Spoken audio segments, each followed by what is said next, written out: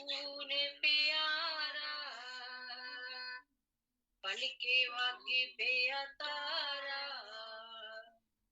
ओ तेरा खून प्यारा, पल के वागे पे तारा, ओ साडा कफारा, टके पाप हमारा, ओ साडा कफारा, टके पाप हमारा।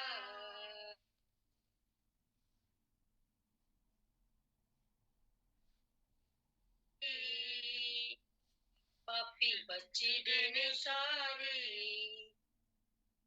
कलवरी दे सहारे, पापी बच्चे देने सारे, दिया फीक सानू, वड्डा हौसला करिए, दिया फीक सानू, वड्डा हौसला करिए, जाना रुड़े दिया ताई, पढ़ के लाई किनारे, जाना रुड़े दिया ताई, पढ़ के लाई किनारे, कलवरी दे सहारे, पापी बचे दिने सारे, क्यों ना गुणे तेरे कामा, जिंदे को लिख मामा, क्यों ना गुणे तेरे कामा, जिंदे को लिख मामा, ताइयों पीछे पीछे जावा, देखा सूरी दे नजारे, तेरे पीछे पीछे जावा, देखा सूरी दे नजारे, कलवरी दे सहारे, पापी बच देने सारे, कलवरी दे सहारे, पापी बच देने सारे। हालेलुया हालेलुया आमीन। प्रभु की महिमा होवे, प्रभु की स्तुति होवे। साडी भैन नूं प्रभु आशीष ते बरकत दे। अब कोई भी जिसकी भी आत्मा गवाही करती है दुआ कर सकता है। धन्यवाद धन्यवाद धन्यवाद महान प्रभु परमेश्वर, आपका धन्यवाद करते हैं प्रभु जी। प्रभु जी, आपने परमेश्वर हमें इतना सुंदर मौका दिया प्रभु जी, ताकि हम आपकी हजूरी में इकट्ठे होने पाए हैं प्रभु जी। प्रभु हम इस लायक नहीं है प्रभु जी, हम परमेश्वर पापी और गुनहगार है प्रभु जी। प्रभु जी फिर भी आपने हमें अपनी उपस्थिति में इकट्ठा किया है परमेश्वर प्रभु। प्रभु जी हम इस लायक नहीं है प्रभु जी, फिर भी आपने हमें इकट्ठा किया प्रभु परमेश्वर। प्रभु जी हमसे जो भी गलती गुनाह परमेश्वर जाने अनजाने में प्रभु जी, उनको परमेश्वर आप क्षमा करना प्रभु जी। और अब हमें परमेश्वर, हमें पाक साफ करना अपने पवित्र लहू से प्रभु जी परमेश्वर। प्रभु जी हम आपका शुक्रिया अदा करते हैं प्रभु जी परमेश्वर कि प्रभु जी आपने हमें आज यहाँ पे इकट्ठा किया प्रभु जी। दया करें कि परमेश्वर आपका प्रभु जी रूह आत्मा यहाँ पे मौजूद हो परमेश्वर। हालेलुया प्रभु जी, आप हमारे बीच में मौजूद हो प्रभु जी, क्योंकि आपने कहा है जहाँ 2 या 3 मेरे नाम में इकट्ठे होते हैं मैं वहाँ पे मौजूद होता हूँ प्रभु जी। प्रभु जी दया करें, आपका आत्मा हमें गाइड करे परमेश्वर प्रभु जी। प्रभु जी जो भी परमेश्वर हालेलुया प्रभु हमारे आत्मिक हृदय को खोल देना परमेश्वर प्रभु जी, हमारी आत्मिक समझ को खोलना पवित्र आत्मा, ताकि परमेश्वर हम आपका वचन सुन पाए प्रभु जी। आज आप हमसे बातें करना प्रभु जी। हालेलुया प्रभु जी, आज आप प्रभु जी हमारे रूहानी कानों को खोल देना परमेश्वर। हालेलुया हमारी रूहानी आंखों को खोल देना परमेश्वर। हालेलुया और हमारे हृदय का खतना करना परमेश्वर। हालेलुया प्रभु जी, जितने जन यहाँ पे मौजूद है प्रभु जी, प्रभु जी हम सभी का प्रभु जी हालेलुया आप हृदयों का खतना करना करना परमेश्वर, हालेलुया। प्रभु जी जो भी वचन का बीज हमारे हृदय में जाए प्रभु जी, हालेलुया। प्रभु जी वो परमेश्वर, हालेलुया, प्रभु आपके अनुग्रह से परमेश्वर, हालेलुया, 100 गुना, 30 गुना, 60 गुना प्रभु जी फल लेके आने वाला हो सके प्रभु जी, हालेलुया। प्रभु हमारे हृदय को परमेश्वर, हालेलुया, आप परमेश्वर, हालेलुया, अपना मांस का हृदय देना, हालेलुया प्रभु जी। प्रभु जी हम अब हमारे हृदय कठोर ना होने पाए प्रभु जी, और परमेश्वर प्रभु जी शैतान में भरमाने ना सके, हालेलुया प्रभु जी। परमेश्वर हमारे हृदय को प्रभु जी आप मांस का हृदय कर देना, हालेलुया प्रभु जी, ताकि परमेश्वर जो भी वचन हम सुने, हालेलुया प्रभु, उसको सुनने के बाद परमेश्वर, हालेलुया, हमारे हृदय छिद जाए परमेश्वर, हालेलुया। प्रभु हम अपने आपका सारा कंट्रोल आपके हाथ में देते हैं प्रभु जी, हालेलुया। प्रभु जी हम अपनी समझ को, अपनी बुद्धि को, अपनी ज्ञान को परमेश्वर, हालेलुया, आपके हाथों में देते हैं प्रभु जी। हम कुछ भी नहीं है परमेश्वर, हालेलुया प्रभु जी। परमेश्वर सच में, हालेलुया प्रभु, हम कुछ भी नहीं है, हमारे पास कोई खूबी, कोई लियाकत नहीं है परमेश्वर, हालेलुया। प्रभु जी हम पे अनुग्रह करना परमेश्वर, हम पे दया करना प्रभु जी। प्रभु जी आज आपकी दया हुई है प्रभु जी की आज हम यहाँ पे मौजूद है, हालेलुया प्रभु जी। परमेश्वर हम इस लायक नहीं थे, फिर भी परमेश्वर आपने हम पे अपना अनुग्रह किया, अपनी दया की प्रभु जी, हालेलुया। प्रभु हम पे अनुग्रह करना परमेश्वर, हम पे दया करना, हमारे समझ को, हमारी परमेश्वर बुद्धि को प्रभु जी आप अपने कंट्रोल में लेना प्रभु जी परमेश्वर, और हम आपकी आराधना परमेश्वर, हालेलुया, पूरे आत्मा और सच्चाई से कर सके परमेश्वर, हालेलुया। प्रभु जी हम आपको पसंद आने वाले बन सके, हालेलुया प्रभु जी, हम आपको खुश करने वाले बन सके, हालेलुया प्रभु जी। प्रभु किसी इंसान को नहीं प्रभु जी, किसी परमेश्वर, परमेश्वर दुनियावी परमेश्वर, हालेलुया, इंसान को नहीं, दुनियावी चीजों को नहीं परमेश्वर, हालेलुया प्रभु, पर हम आपको पसंद आने वाले बेटे बेटियां बन सके प्रभु जी, हालेलुया। प्रभु जी आपको हम परमेश्वर, हालेलुया, प्रभु जी पसंद आने वाले बन सके, हालेलुया प्रभु। हम पे दया करना, हम पे अनुग्रह करना प्रभु जी, और हर एक परमेश्वर जी प्रभु जी वो प्रभु जी जो दुष्ट की प्रभु जी, हालेलुया परमेश्वर, हालेलुया, रुकावटें हैं प्रभु जी, उनको हम प्रभु जी आपके नाम में दूर करते हैं परमेश्वर, हालेलुया प्रभु जी। वो परमेश्वर शैतान कोई भी डिस्टर्बेंस, कोई भी परमेश्वर प्रभु जी नेगेटिविटी परमेश्वर, हालेलुया, हमारे अंदर एंटर ना कर सके, हालेलुया प्रभु जी। हम अपनी बॉडी को, अपनी समझ को, अपनी प्राण को प्रभु जी आपके हाथों में सौंपते, हालेलुया प्रभु। आप हम पे दया करना परमेश्वर, हमारे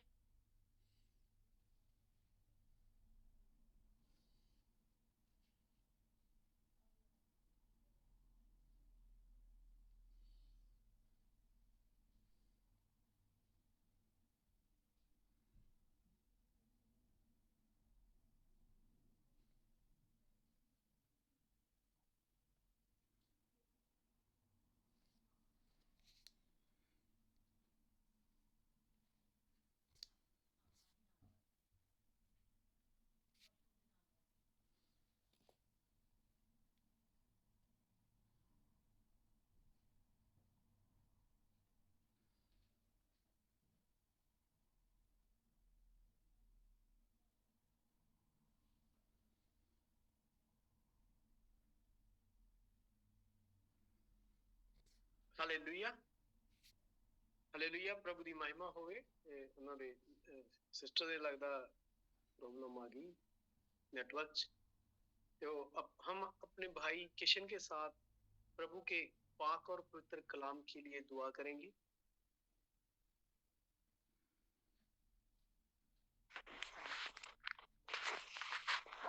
आइए सिरों को झुकाते हैं और खुदावंद खुदा के हुजूरी में हम अपने आप को सरेंडर करते हैं और प्रार्थना करते हैं कि वो हमारे मध्य में आए और हमसे बात करे।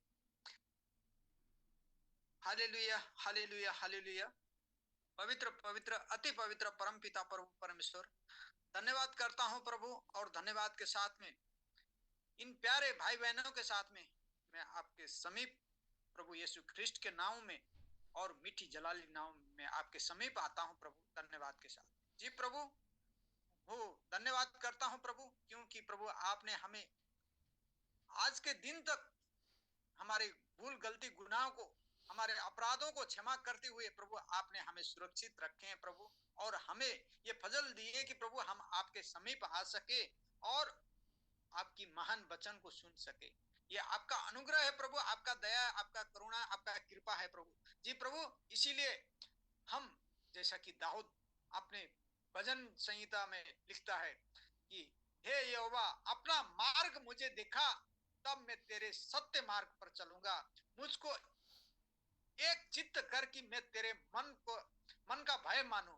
वैसे ही हम भी प्रभु आपसे मांगते हैं प्रभु कि हम हमें अपना मार्ग दिखाएं कि प्रभु हम उस सत्य मार्ग पर चलें और एक चित्त कर दे कि हम सिर्फ आपकी भय माने। जी प्रभु हमें अनुग्रह करना प्रभु, तब हम फिर आपको धन्यवाद करेंगे प्रभु और आपकी महिमा सदा करने वाले होंगे प्रभु। जी प्रभु हमें सिखाना प्रभु, आपका मार्ग हमें दिखाना। जी प्रभु वचन के द्वारा आपका मार्ग हमें दिखाना प्रभु, कि हम उस मार्ग में चल सके और हम सत्य मार्ग में आगे बढ़ने वाले हो सके। जी प्रभु सिखाना प्रभु, सहायता मदद करना प्रभु। हमें वो प्रभु अनुग्रह कृपा करना कि प्रभु हम आपके वचन अनुसार चलने वाले हो सके, आपकी इच्छा मर्जी को पूरा करने वाले हो सके, पवित्र आत्मा के चलाए चलने वाले हो सके, परमेश्वर के आत्मा के चलाए चलने वाले हो सके। जैसा कि रोमियो की पुस्तक में लिखा है, वो जो परमेश्वर के आत्मा के चलाए चलते, 8:14 में, जो रोमियो की पुस्तक में लिखा 8:14 में, जो परमेश्वर के आत्मा के चलाए चलते हैं वही परमेश्वर के पुत्र पुत्रियां हैं। जी प्रभु हम परमेश्वर के आत्मा के चलाए चलने वाले होकर के, परमेश्वर के पुत्र पुत्रियां होकर के स्वर्ग के राज्य के भागी हो सके प्रभु, हमें सिखाना प्रभु। जी प्रभु हमें लीड और गाइड करना, पवित्र आत्मा के भरीपूरी में रखना प्रभु हमें। जी प्रभु हमें वचन के प्रकाश से भर देना प्रभु, कि हम उस ज्योति में, जी प्रभु अगम्य ज्योति में हम चल सके प्रभु, सहायता मदद करना प्रभु। हम आपके साथ साथ आपके जीवित उपस्थिति में, आपके मजबूत हाथों के नीचे, जी प्रभु आपके छत्र छाया में, आपके अनुग्रह कृपा और आपके दया दृष्टि में हम चलने वाले हो सके, सिखाना प्रभु, हमें सहायता मदद करना। जी प्रभु आप हमारे मध्य में होकर के, जी प्रभु हमसे बातचीत करना प्रभु, हर एक से, जी प्रभु हर एक के समझ को खोल देना प्रभु, कि वो आपको ही सुन करके, जी प्रभु आपके वचन अनुसार चल सके प्रभु, सिखाना प्रभु, सहायता मदद करना। जी प्रभु बहनों ने भाइयों ने गीत गाया प्रभु, वो आपकी महिमा के लिए, वो आपके हुजूरी में कबूल हो प्रभु। जी प्रभु प्यारे भाई जो लीड कर रहे, भाई को आशीष, आर के जोशुआ को आशीष बरकत से भर देना प्रभु, सामर्थ्य से भर देना प्रभु, आपके पवित्र आत्मा से भर देना प्रभु, कि वो आपकी जनों को, जी प्रभु ऐसे ही लीड करते हुए, जो कि आज इस कार्यक्रम को लीड कर रहे हैं, वैसे ही वो आपकी अगुवाई में, जी प्रभु आप है हमारे आगे, पर यहाँ अभी संसार में, जी प्रभु वो आपकी आत्मा से भरपूरी होकर हमें और लीड करने वाले हो सके आपके वचन की ओर। जी प्रभु सिखाना। जी प्रभु आपके दास, आपका सेवक हमारे प्यारे भाई जसविंदर जी को आपके हाथ में सौंपते हैं प्रभु। जी प्रभु आपके सामर्थ्य से, आपके वचन के प्रकाश से, जी प्रभु आपकी अनुग्रह से भर देना प्रभु, जी प्रभु आपकी समझ से भर देना, वचन से भर देना प्रभु, जिससे कि वो हम पर आपका भेद रहस्य प्रकाशन, जी प्रभु भाई के द्वारा वो प्रभु, जो कि आपका वचन है, आपके मुंह से निकला हुआ वचन है प्रभु, वो हम पर प्रकाशन कर सके, भेद रहस्य खोल सके, और हम यहाँ जो आपकी आशीष के लिए, आपकी समझ पाने के लिए, आपकी स्वर्गीय बुद्धि विवेक पाने के लिए, आपके वचन से भरीपूरी होने के लिए और आपके अनुग्रह में रहने के लिए हम यहाँ एकत्र हुए हैं, आशीषित हो सके। जी प्रभु हमारे यहाँ एकत्र होना आपको भाने वाला और हमारे आत्मिक उन्नति का कारण हो प्रभु, सिखाना प्रभु, सहायता करना प्यारे भाई को। जी प्रभु आप आशीष से भरीपूरी रख देना, आपके प्रेम और शांति में रखना, कि प्रभु वो आपको ऐसे ही महिमा कर सके। जी प्रभु सहायता मदद कर सिखाना प्रभु, वो प्रभु हमारे समझ को खोल देना प्रभु, हमारे कानों को, जी प्रभु खतना कर देना, कानों को खोल देना, कि प्रभु हम आपके वचन की ओर कान लगाने वाले हो सके। जी प्रभु हमारे हृदय को खतना कर देना, कि नम्र कर देना, कि प्रभु हम आपकी वचन को हृदय में रख सके। जी प्रभु छिद जाए हमारे हृदय, जी प्रभु, और वो हमारे हृदय रूपी, जैसा कि अभी हमने पीछे सुना था, कि वो धरती जो है वो हमारे हृदय। जी प्रभु जो बीज आज आप बोने जा रहे हैं प्रभु, वो बीज 30 गुना 60 गुना 100 गुना फल लाने वाला हो सके। जी प्रभु सिखाना प्रभु, जी प्रभु क्योंकि आप ही है बोने वाले, ओ प्रभु आप ही है, और उसको बढ़ाने वाले, खाद पानी दे करके जी प्रभु, आप ही है प्रभु हम पर अनुग्रह करके हमें स्थिर करने वाले। जी प्रभु, हम अंत तक जी प्रभु नम्र विनम्र और आज्ञाकारी पाए जा सके। जी प्रभु सिखाना प्रभु। जी प्रभु हम स्थिर रह सके। जी प्रभु ईमानदार पाए जा सके, सिखाना प्रभु। दुष्ट की चाल युक्ति से बचा के रखना प्रभु। और हमारे जो भी गलती गुनाह भूल पाप अपराध हुए उन सबको हम अंगीकार करते हैं प्रभु, हमें क्षमा करना प्रभु, क्योंकि आप दयावान क्षमावान है प्रभु, आप करुणावान है प्रभु। जी प्रभु हमें आपकी करुणा और आपके दया कृपा में रखना प्रभु। जी प्रभु अनुग्रह करना। और विशेष करके वचन के लिए हम प्रार्थना करते हैं प्रभु। वो प्रभु हम वचन को सिर्फ सुनने वाले नहीं, वचन पर चलने वाले हो सके प्रभु। जी प्रभु सिखाना, सहायता करना। हर एक चीज आपके हाथ में सौंपता हूँ प्रभु। और ये कमिंग आवर आपके हाथ में सौंपता हूँ। तो मीटिंग हम मुख्य भाग में जा रहे हैं, वचन के भाग में प्रभु, वचन को हम सुनने के लिए और समझने के लिए हमें सहायता कि हमें दुष्ट की चाल युक्ति से बचा के रखना कि प्रभु हम आपकी प्रेम और शांति में रह करके आपके महान वचन को सुन करके हृदय में रख सके। सहायता हर एक चीज आपके हाथ में सौंपते हुए प्रार्थना करता हूँ, आदर मान महिमा की हो प्यारे प्रभु यीशु ख्रिस्त के पवित्र सर्वोच्च सामर्थ्य नाम, आमीन आमीन आमीन आमीन। बरकत दे प्रभु हमारे प्यारे भाई किशन को इस प्रार्थना के लिए, रूहानी प्रार्थना के लिए। प्रभु उनको आशीष और बरकत दे। अब हम अपने भाई जसविंदर के साथ प्रभु का पाक और पवित्र कलाम सुनने के लिए जा रहे हैं। प्रभु हमें आशीष दे, बरकत दे, भाई के होठों को छू ले प्रभु। आमीन। धन्यवाद भाई जोशुआ। प्रभु आपको बहुत सारी आशीष और बरकत दे। बल्कि तमाम सारे भाई बहनों को प्रभु बहुत सारी आशीष बरकत दे जो इस प्लेटफार्म पे मौजूद हैं, और जो नहीं मौजूद नहीं आ सकें प्रभु उन्हें भी आशीष और बरकत दे। और प्रभु के अनुग्रह से हम प्रभु के पवित्र आत्मा से प्रभु के पवित्र वचन को हम सीख रहे हैं, और प्रभु का आत्मा हमें बड़ी गहराई से अध्ययन करवा रहा है, और हम प्रभु के पवित्र वचन को पवित्र आत्मा के मदद से उसका प्रकाशन सीख रहे हैं और पूरे सत्य को जान रहे हैं, और दिन ब दिन हम प्रभु में बढ़ रहे हैं उसके वचन में, उसके प्रकाशन में, और लगातार हम प्रभु के साथ चल रहे हैं। और इसी तरह प्रभु हमें एक दिन बस यहाँ से ज़मीन से ले जाएगा। और हमने कल पढ़ा था प्रकाशित वाक्य के 12 अध्याय से, जो हमने देखा कि वो प्रकाशित वाक्य पूरा का पूरा जो है वो दृष्टांतों से भेदों से भरा हुआ पूरी किताब है प्रकाशित वाक्य। जो हमने ये भी जाना कि शैतान उससे नफरत करता है इस किताब से, और ये किताब को हज़ारों सालों से छुआ भी नहीं गया। अगर कोई इसको जानने की कोशिश करता तो हमेशा चर्च के अगुओं ने यही कहा कि ये भेदों से भरी हुई किताब है, ये बंद है। और ये साल 2 साल नहीं, हज़ारों सालों से, कई सौ सदियाँ, कई जनरेशन्स ने कोशिश की इस किताब को जानने की, लेकिन हमेशा अगुओं ने यही कहा कि ये भेद है, ये बंद है। और वाकई सही बात भी थी, क्योंकि ये भेद था, ये बंद थी। किसी को नहीं पता था कि ये किताब में जो लिखे हुए हैं भेद दृष्टांत, इनका अर्थ क्या है। लेकिन प्रभु ने वादा किया था पवित्र बाइबल में कि अंत के समय में मैं इन सारे भेदों को खोलूँगा। पर क्या सब पर खोलूँगा?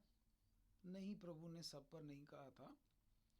प्रभु ने दानियल को कहा था कि जो लोग ढूंढ डांड करेंगे, यानी कोशिश करेंगे, शौक़ रखेंगे प्रभु वचन को पढ़ने का, वचन को सीखने का, वचन को जानने का, और अपने आप को पवित्र करेंगे, स्वच्छ करेंगे, पापों से दूर होंगे, अपना जीवन साफ सुथरा करेंगे, उन पर ये बातें प्रकट हो जाएंगी। तो बिना शौक से आप साइकिल चलानी नहीं सीख सकते। बिना शौक से आप कुछ भी नहीं सीख सकते। आज अपने जीवन में आपने जो कुछ भी सीखा हुआ है, चाहे आप गाड़ी चलाते हैं, चाहे कंप्यूटर चलाते हैं, चाहे किचन में खाना बनाते हैं, ये ज्ञान आपको तभी आया जब आपने इन चीज़ों का शौक रखा था। प्रभु के वचन के लिए भी हमें शौक रखना पड़ेगा अगर हम प्रभु के वचन को पाना चाहते हैं। तो बिना शौक से प्रभु भी हमें ये वचन नहीं देगा। तो हमने प्रभु के वचन से पवित्र आत्मा से जाना कि प्रकाशित वाक्य 12 का असली प्रकाशन क्या है। और बहुत सारे लोगों ने क्या किया, अपने आप को मशहूर करने के लिए अपने खुद से ही उन्होंने गलत प्रकाशन दे दिया और लोगों ने भी उस गलत प्रकाशन को अपनाया और उस पर आमीन कर दी। यहाँ तक कि डेक्स से भी गलती हुई, स्कोफिल्ड से भी गलती हुई। उन्होंने भी यही माना कि प्रकाशित वाक्य 12 की वाली औरत वो जो है वो मरियम है, जो उसके अंदर बच्चा है वो प्रभु यीशु मसीह है।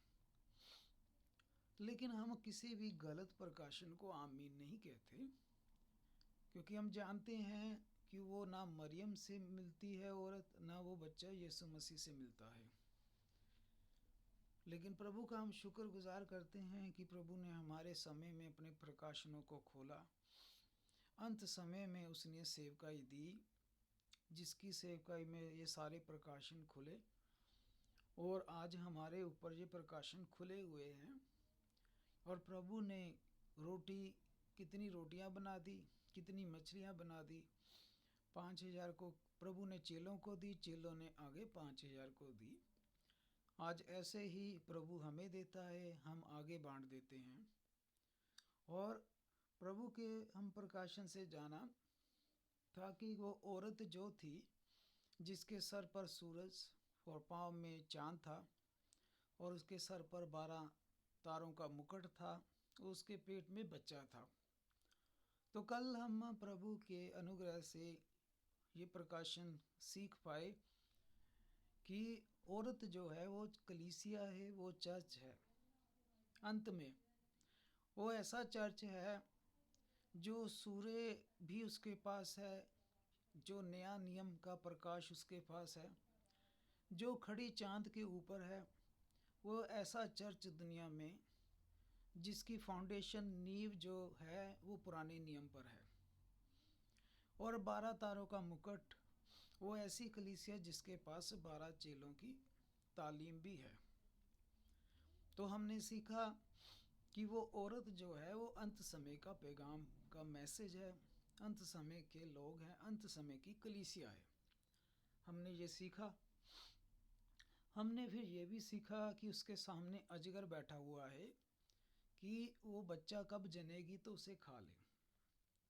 तो प्रभु ने हमें सिखाया कि जो औरत है वो आत्मिक, बच्चा भी फिर आत्मिक बात हो रही है। तो मरियम के अंदर बच्चा कैसे आया था? मरियम के अंदर प्रभु का वचन गया था, उस वचन ने शरीर लिया था। इस औरत के अंदर भी प्रभु का वचन गया और इस वचन ने शरीर लिया। यानी अंत समय पैगाम जो एक औरत है, कलीसिया है, उसके अंदर ऐसे भाई बहन जो प्रभु के पवित्र वचन से पैदा हुए हैं। अब जो प्रभु के वचन से पैदा हुए, प्रभु ने उन्हें बच्चा बोला, क्योंकि प्रभु ने कहा जब तुम अपना स्वभाव बच्चों जैसा नहीं करोगे, तुम स्वर्ग के राज्य में प्रवेश नहीं करोगे। तो अंत समय के पैगाम की जो कलीसिया है, उसके अंदर जो मेरे प्यारे भाई बहन वचन से नया जन्म पाया आत्मा और सच्चाई से, आप सभी फिर वो ही बच्चे हैं जो इस अंत समय के पैगाम के अंदर आप वचन से पैदा हुए। और शैतान को आपसे नफरत है, उसे औरत से नफरत नहीं, क्योंकि अंत समय के पैगाम में बहुत सारी गलत शिक्षाएं हैं। इसलिए शैतान को औरत से कोई समस्या नहीं है। पहले उस बच्चे से है, कहता मैंने बच्चे को खाना है कि वो स्वर्ग ना चला जाए, कि ये लोग रैप्चर में ना चले जाएं। लेकिन हमने देखा कि शैतान फिर फेल हो गया। जैसे ही बच्चा ज़मीन पर आया, डिलीवरी हुई, उसी वक्त वो स्वर्ग में प्रभु के पास पहुंचा दिया गया। यानी रैप्चर शैतान रोक नहीं पाया, शैतान हार गया। अब 12 अध्याय पे मैं आपसे ये विनती करूंगा कि आप इस पर पूरा ध्यान लगाएं। इस अध्याय से आपको बहुत चीज़ें क्लियर होगी, बहुत कुछ सीखने को मिलेगा। रैप्चर वाले कौन है, मूर्ख कौन है, जो ज़मीन पर रह गई, यहूदी क्या है। ये 12 अध्याय में ना आपको सारी क्लासेस का पता चलेगा, सारी कैटेगरी का पता चलेगा। अगर आपने जानना है कि कौन रैप्चर वाले हैं, कौन रैप्चर मिस कर गए, इजराइली कौन है, 1,44,000 कौन है, अगर इन सभी का पूरी बाइबल में अगर इन सभी का बताया गया है, इन कैटेगरीज का क्या होना है, तो 12 अध्याय में बताया है। और जिस भाई बहन ने 12 अध्याय समझ लिया, आपको पूरी तस्वीर क्लियर हो जाएगी कि रैप्चर वाले कौन है, जो छूट गए वो कौन है, 1,44,000 कौन है, अन्य जातियाँ कौन है, क्या होना इनका, सब का इस अध्याय में लिखा है। अगर आप प्रभु से मदद मांगेंगे, पवित्र आत्मा की मदद मांगेंगे, तो प्रभु आपके ऊपर खोलेगा। चलिए हम 12 अध्याय की थोड़ी सी रिवीजन कर लें कि यहाँ यूहन्ना ने देखा कि स्वर्ग में एक बड़ा चिन्ह देखा। उसने एक औरत स्त्री को देखा जो सूर्य ओढ़े हुई थी और चाँद उसके पाँव पे था। उसके सर पर 12 तारों का मुकुट था। यानी अंत समय की कलीसिया जो है, उनके पास सूर्य नए नियम का प्रकाश है और वो चाँद पर खड़ी है। फाउंडेशन नींव उसकी चाँद है, पुराना नियम है। सर पर 12 तारों का मुकुट है। अंत समय के पैगाम के पास पुराना नियम, नया नियम और 12 चेलों की तालीम भी है। आमीन। अब वो गर्भवती हुई। अब वो गर्भवती हुई कैसे? मरियम कैसे गर्भवती हुई थी? वचन से। ये भी गर्भवती हुई है वचन से। अंत समय के कलाम जो है, ये किससे कंसीव्ड हुआ है? वचन से। और ये चिल्ला रही है क्योंकि प्रसव की पीड़ा इसे लगी। अब अंत समय के पैगाम के ऊपर तशद्दुद, दुख, तकलीफ बढ़ गए। ये क्या चिन्ह दे रहे हैं कि अब रैप्चर नज़दीक है। जब औरत की पीड़ाएं बढ़ने लग गई तो ये चिन्ह होगा कि रैप्चर नज़दीक है। अब बच्चा जो है वो स्वर्ग जाने वाला है। क्या चिन्ह है रैप्चर का? कि जब इस औरत की प्रसव पीड़ा बढ़ने लगी और चिल्लाने लगी, जब तक चर्च के ऊपर सताव नहीं आता भाई बहन, रैप्चर नज़दीक नहीं होगा। इसीलिए प्रभु ने कहा है, इतने बुरे दिन होंगे ना इससे पहले कभी हुए हैं ना आगे कभी होंगे, पर मैं चुनू हुओं की खातिर। अब आप समझे? क्या आप समझ गए? चुनू हुओं की खातिर मैं वो दिन कम कर दूंगा। अधर्म इतना शिखर पर होगा, पर मैं चुने हुओं की खातिर कम कर दूंगा। यानी चर्च पे जब सताव बढ़ेगा, तब समझ लीजिए दुल्हन का जाना अब नज़दीक हो गया है। दुल्हन अब जाने वाली है। तो जैसा सताव बढ़ेगा चर्च पर किस पर? औरत पर। क्योंकि संस्थाएं कॉम्प्रोमाइज़ कर लेंगी, डिनोमिनेशन कॉम्प्रोमाइज़ कर जाएंगी। दुनिया में सिर्फ अंत समय का पैगाम कॉम्प्रोमाइज़ नहीं करेगा। दूसरी संस्थाओं ने ऑलरेडी कॉम्प्रोमाइज़ कर लिया है। वो सर्वधर्म सम्मेलन में भी शामिल हो गए हैं। वो कह रहे हैं कि सब ठीक है, लेकिन जो अंत समय की और कलीसिया है, जो औरत है, इसने कॉम्प्रोमाइज़ नहीं किया। इन्होंने वो सदस्यता नहीं ली, इसलिए अब सारे मिलकर किसको सताएंगे? अंत समय के पैगाम के संदेश के लोगों को। तो जब देखिए औरत की प्रसव पीड़ा बढ़ी क्योंकि वो बच्चा जनने वाली है, तो समझ लीजिए प्रभु भी अपने चुने हुओं पर, सिर्फ चुने हुओं पर, चुनी हुई दुल्हन इसलिए कहा ट्रबल पीरियड में नहीं जाएगी। अब आपकी सारा कनेक्शन आपका जुड़ने लग जाएगा। इसीलिए भाई ब्रानम ने कहा था कि दुल्हन सतावने में नहीं जाएगी, दुल्हन सताव में नहीं जाएगी, क्योंकि जैसे ही औरत की पीड़ा बढ़ी, अनसमय के पैगाम के ऊपर सताव आया, प्रभु यीशु मसीह अपनी दुल्हन को चुने हुए लोगों को ले जाएगा। शैतान कोशिश करता रह जाएगा, लेकिन पलक झपकते ही बच्चा स्वर्ग पहुंच गया। अब एक कैटेगरी वो पहुंच गई स्वर्ग। ये कौन लोग हैं? ये मत्ती 25 वाली समझदार दुल्हन है। ये वो हैं जिनके नाम मेमने की जीवन की किताब में लिखे हुए हैं। ये वही है जो जगत रचने से पहले ही से चुने हुए हैं। ये सब एक ही कैटेगरी है, नाम अलग अलग बोले हैं प्रभु ने। कहीं समझदार कुआरियाँ, कहीं मेमने की किताब में नाम, कहीं बोल दिया कि जगत रचने से पहले जो चुने हुए। ये सब मेरे प्यारे भाई बहनों एक ही है। अब ये सुपीरियर कैटेगरी, रैप्चर वाले लोग, शुद्ध प्योर, जो प्रभु के साथ पूरी ईमानदारी से चले, ये रैप्चर में चले गए। लेकिन एक समस्या आई। वो समस्या क्या आई कि अभी शैतान जो है वो भी ऊपर चला जाता है स्वर्ग में। लेकिन अगर दुल्हन ऊपर जाएगी तो ऊपर शैतान भी जाता है, तो भी तो मामला ठीक नहीं रहेगा, क्योंकि शैतान अभी चला जाता है आपके और मेरी कंप्लेंट्स करने चला जाता है कि प्रभु को बताता है देखो आपके उस बच्चे ने ये किया, उस बच्चे ने वो किया। अगर आप ये कहें कि शैतान स्वर्ग में तो घुस ही नहीं सकता, शैतान तो चर्च में अटैक कर ही नहीं सकता, शैतान चर्च के ऊपर आ ही नहीं सकता, तो ये आपकी गलतफहमी है। जब हम किसी के अंदर दुष्ट आत्मा निकालते हैं तो वो भाई बहन चर्च के अंदर ही बैठा होता है।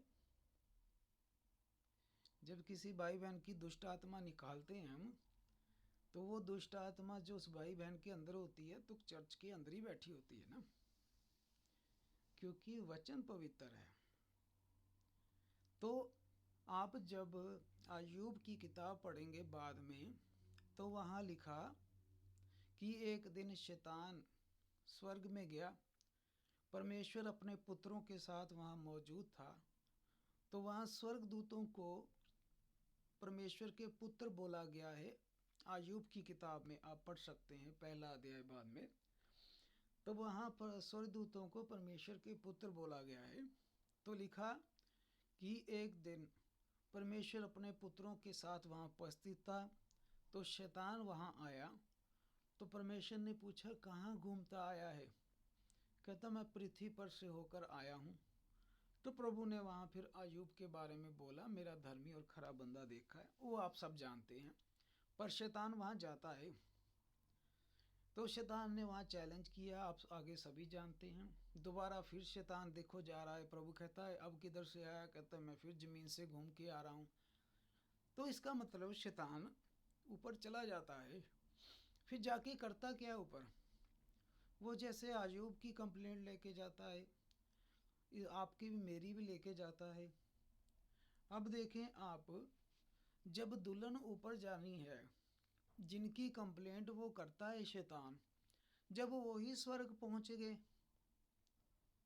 जिनके ऊपर वो दोष लगाता है, जब वो ही स्वर्ग में आ रहे हैं, तो शैतान अब किस पर दोष लगाएगा? जिन पर दोष लगाता था वो तो स्वर्ग ही आ रहे हैं। अब देखिए आपने 12 अध्याय में समझ लिया कि रैप्चर है, आपने क्या सीखा? 12 अध्याय में रैप्चर है कि 12 अध्याय में रैप्चर हो गया, बच्चा जो है स्वर्ग चला गया, ये रैप्चर है 12 अध्याय। अब रैप्चर हो रहा है, बच्चा ऊपर जाना है, पर शैतान भी अभी ऊपर नीचे आता जाता है, कंप्लेंट्स करता है आपकी। तो इसीलिए आप देखें 7 अध्याय में एक काम और साथ में शुरू हो गया है। 7 अध्याय 12 की 7 में पढ़ें, कंटिन्यू पढ़ें, जैसा भाई ने हमारे ने प्यारे ने बोला था कि आप इसे कंटिन्यू करें। ये बहुत अच्छी बात है ताकि तस्वीर सारी साफ हो। अगर बीच में हमने ये टॉपिक ले लिया अब दूसरा ले लिया तो सारी तस्वीर साफ नहीं होगी। अब देखिए 12 की शुरुआत में रैप्चर हो रहा है, पहली कैटेगरी रैप्चर में चली गई। जो औरत है तो शैतान जो है जब उसके हाथ में बच्चा नहीं लगा तो वो किसके पीछे पड़ा? औरत के, जिसके पेट में बच्चा था उस औरत के पीछे पड़ा। तो आपने पढ़ा कि परमेश्वर ने उसे 1260 दिन के लिए छुपा के रखा, जंगल में रखा। 1260 दिन के लिए शैतान से बचा के रखा, प्रभु ने छुपा के रखा 1260 दिन के लिए अजगर से। यानी जब वो बच्चा शैतान के अजगर के हाथ में नहीं लगा तो वो किसको पर गुस्सा उतार रहा था? औरत पर। दूसरी कैटेगरी, ठीक है। पहली कैटेगरी बच्चा, रैप्चर वाले लोग भाई बहन स्वर्ग चले गए। नीचे कौन रह गए? मत्ती 25 में जो रैप्चर मिस कर गई उसे क्या बोला गया? मूर्ख कुंवारियाँ। 5 मूर्ख थी। तो अंत समय के पैगाम के लोग, मेरे प्यारे भाई बहन, जो अभी भी पूरी तरह प्रभु के वचन को नहीं मानते, जिन्हें बार बार समझाया जा रहा है लेकिन अभी भी वो जिद करके बैठे हैं, तो वो मूर्ख कुंवारियाँ हैं जो रैप्चर मिस कर गई। वो देखिए शैतान फिर उनके पीछे पड़ा कि अब मैं तुम्हें नहीं छोड़ूंगा, वो तो मेरे हाथ में लगे नहीं, वो तो रैप्चर में चले गए, अब तुम बचे हो जो सेम मैसेज वाले हो। क्योंकि औरत के पास भी क्या है? सूरज भी है, चांद भी है, 12 चेलों की तालीम भी है। मूर्ख कुंवारियाँ चाहे नीचे रहेगी, है तो एंड टाइम मैसेज वाले ही है। तो शैतान को फिर गुस्सा किन पे उतारा है? औरत पर, क्योंकि इसके पास भी सेम मैसेज है। बाकी उसके ये सारे संस्थाएं, उसकी ट्रिनिटी, उसकी चाहे आप कहें मैं इस चर्च को मानता हूँ, उस चर्च को मानता हूँ, सब उधरी कैटेगरी में है। अब आपने दूसरी कैटेगरी देखी, मूर्ख कुंवारियाँ जो रैप्चर मिस कर गए, उसे अब बोला गया है औरत। ये औरत कौन है? ये मूर्ख कुंवारियाँ ने है जो वचन से पैदा नहीं हो पाई।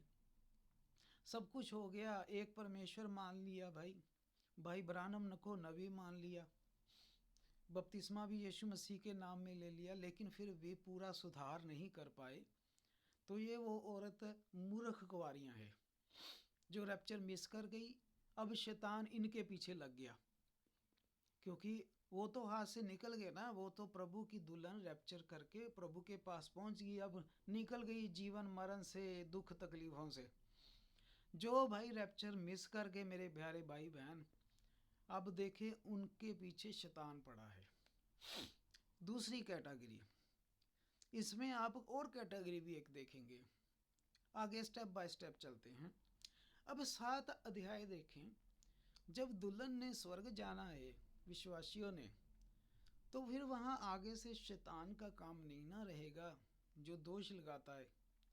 तो इसीलिए देखिए 12 में रैप्चर है, 12 की 7 में माइकल एंजल की और शैतान की लड़ाई है। देखिए आप 7 अध्याय में मैं पढ़ रहा हूँ, आप भी देखें। फिर स्वर्ग पर लड़ाई हुई, मिकाइल और उसके स्वर्गदूत अजगर से लड़ने को निकले। आप सभी अपनी बाइबलों को खोलें और साथ साथ पढ़ें। अजगर और उसके दूत उससे लड़े परंतु प्रबल ना हुए। स्वर्ग में उनके लिए जगह ना रही। और वह बड़ा अजगर अर्थात पुराना सांप जो शैतान कहलाता है, सारे संसार को भरमाने वाला पृथ्वी पर गिरा दिया गया। उसके दूत उसके साथ गिरा दिए गए। फिर मैंने स्वर्ग में ये बड़ा शब्द आते सुना, अब हमारे परमेश्वर का उदार सामर्थ राज्य उसके मसीह के अधिकार प्रकट हुआ, क्योंकि हमारे भाइयों पर दोष लगाने वाला जो रात दिन हमारे परमेश्वर के सामने उन पर दोष लगाया करता था, गिरा दिया गया। और वह मेमने के लहू के कारण, उसकी गवाही के वचन के कारण उस पर जयवंत हुए, क्योंकि उन्होंने अपने प्राण को भी प्रिय न जाना, यहाँ तक कि मृत्यु भी सह ली। इस कारण हे स्वर्ग उसमें रहने वालों मगन हो, पृथ्वी और समुद्र तुम पर हाय, क्योंकि शैतान बड़े क्रोध से तुम्हारे पास उतर आया, क्योंकि वह जानता है उसका थोड़ा ही समय बाकी है। प्रभु के इस पढ़े हुए वचन पर आमीन।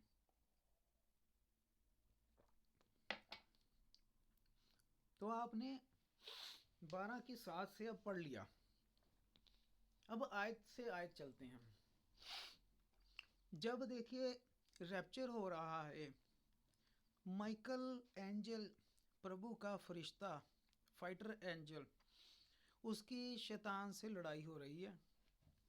इधर माइकल के साथ और भी स्वर्गदूत हैं, उधर शैतान के साथ अपनी फौज है।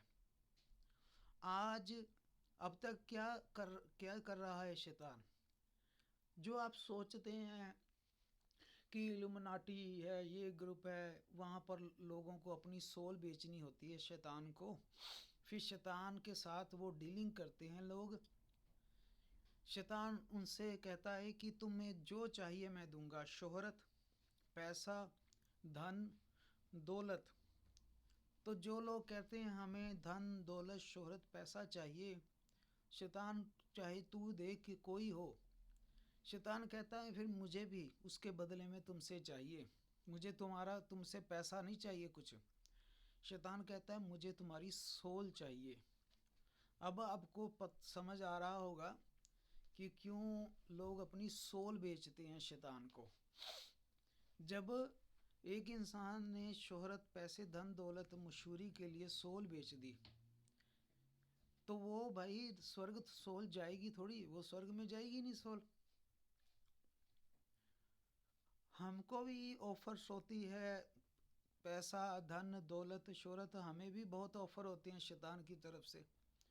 पर हमने कहा कि हमें सूखी रोटी खाना मंजूर है, लेकिन हम अपना सोल शैतान को नहीं देंगे। ये हम अपना सोल जो इसका असली मालिक है, इसे बनाने वाला प्रभु परमेश्वर यीशु मसीह, हम अपना सोल उसे सौंपेंगे। हालेलुया। देखा, ये है फ़र्क। दुनिया में थोड़ा सा झुंड है जो अपना सोल परमेश्वर को दे रहा है। दुनिया में बड़ा एक ग्रुप है जो अपना सोल शैतान को दे रहा है। हमने अपना सोल प्रभु को दिया, अपना तन, अपनी जान, अपना शरीर, अपना मन, अपनी जान सब प्रभु को दे दी। हम प्रभु के लिए मर गए। हमने अपना सोल प्रभु में दे दिया, इसलिए हमारा सोल सुरक्षित है।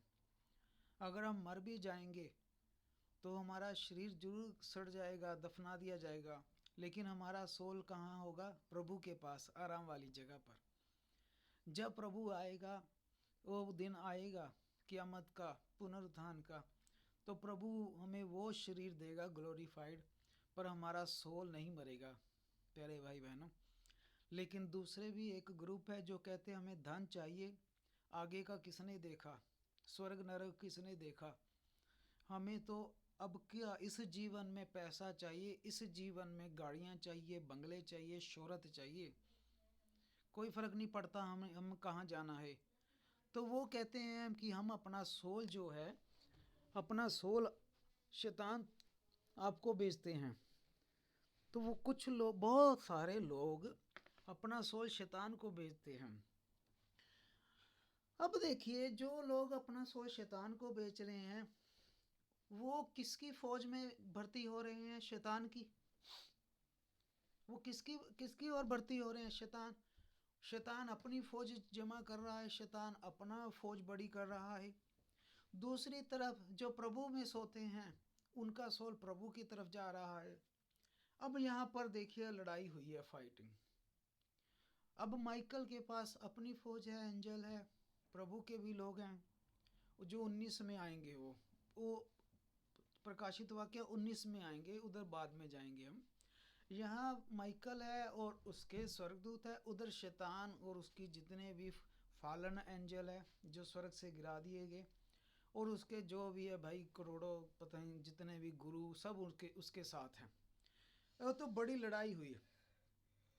तो क्या होता है यहाँ, परंतु प्रबल ना हुए, शैतान जीत नहीं पाया।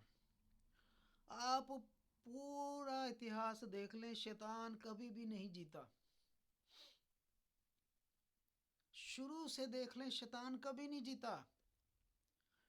तो क्या शैतान को पता है जब मैं नहीं जीतता, आगे भी नहीं जीतना, तो मैं माफ़ी मांग लूँ प्रभु से?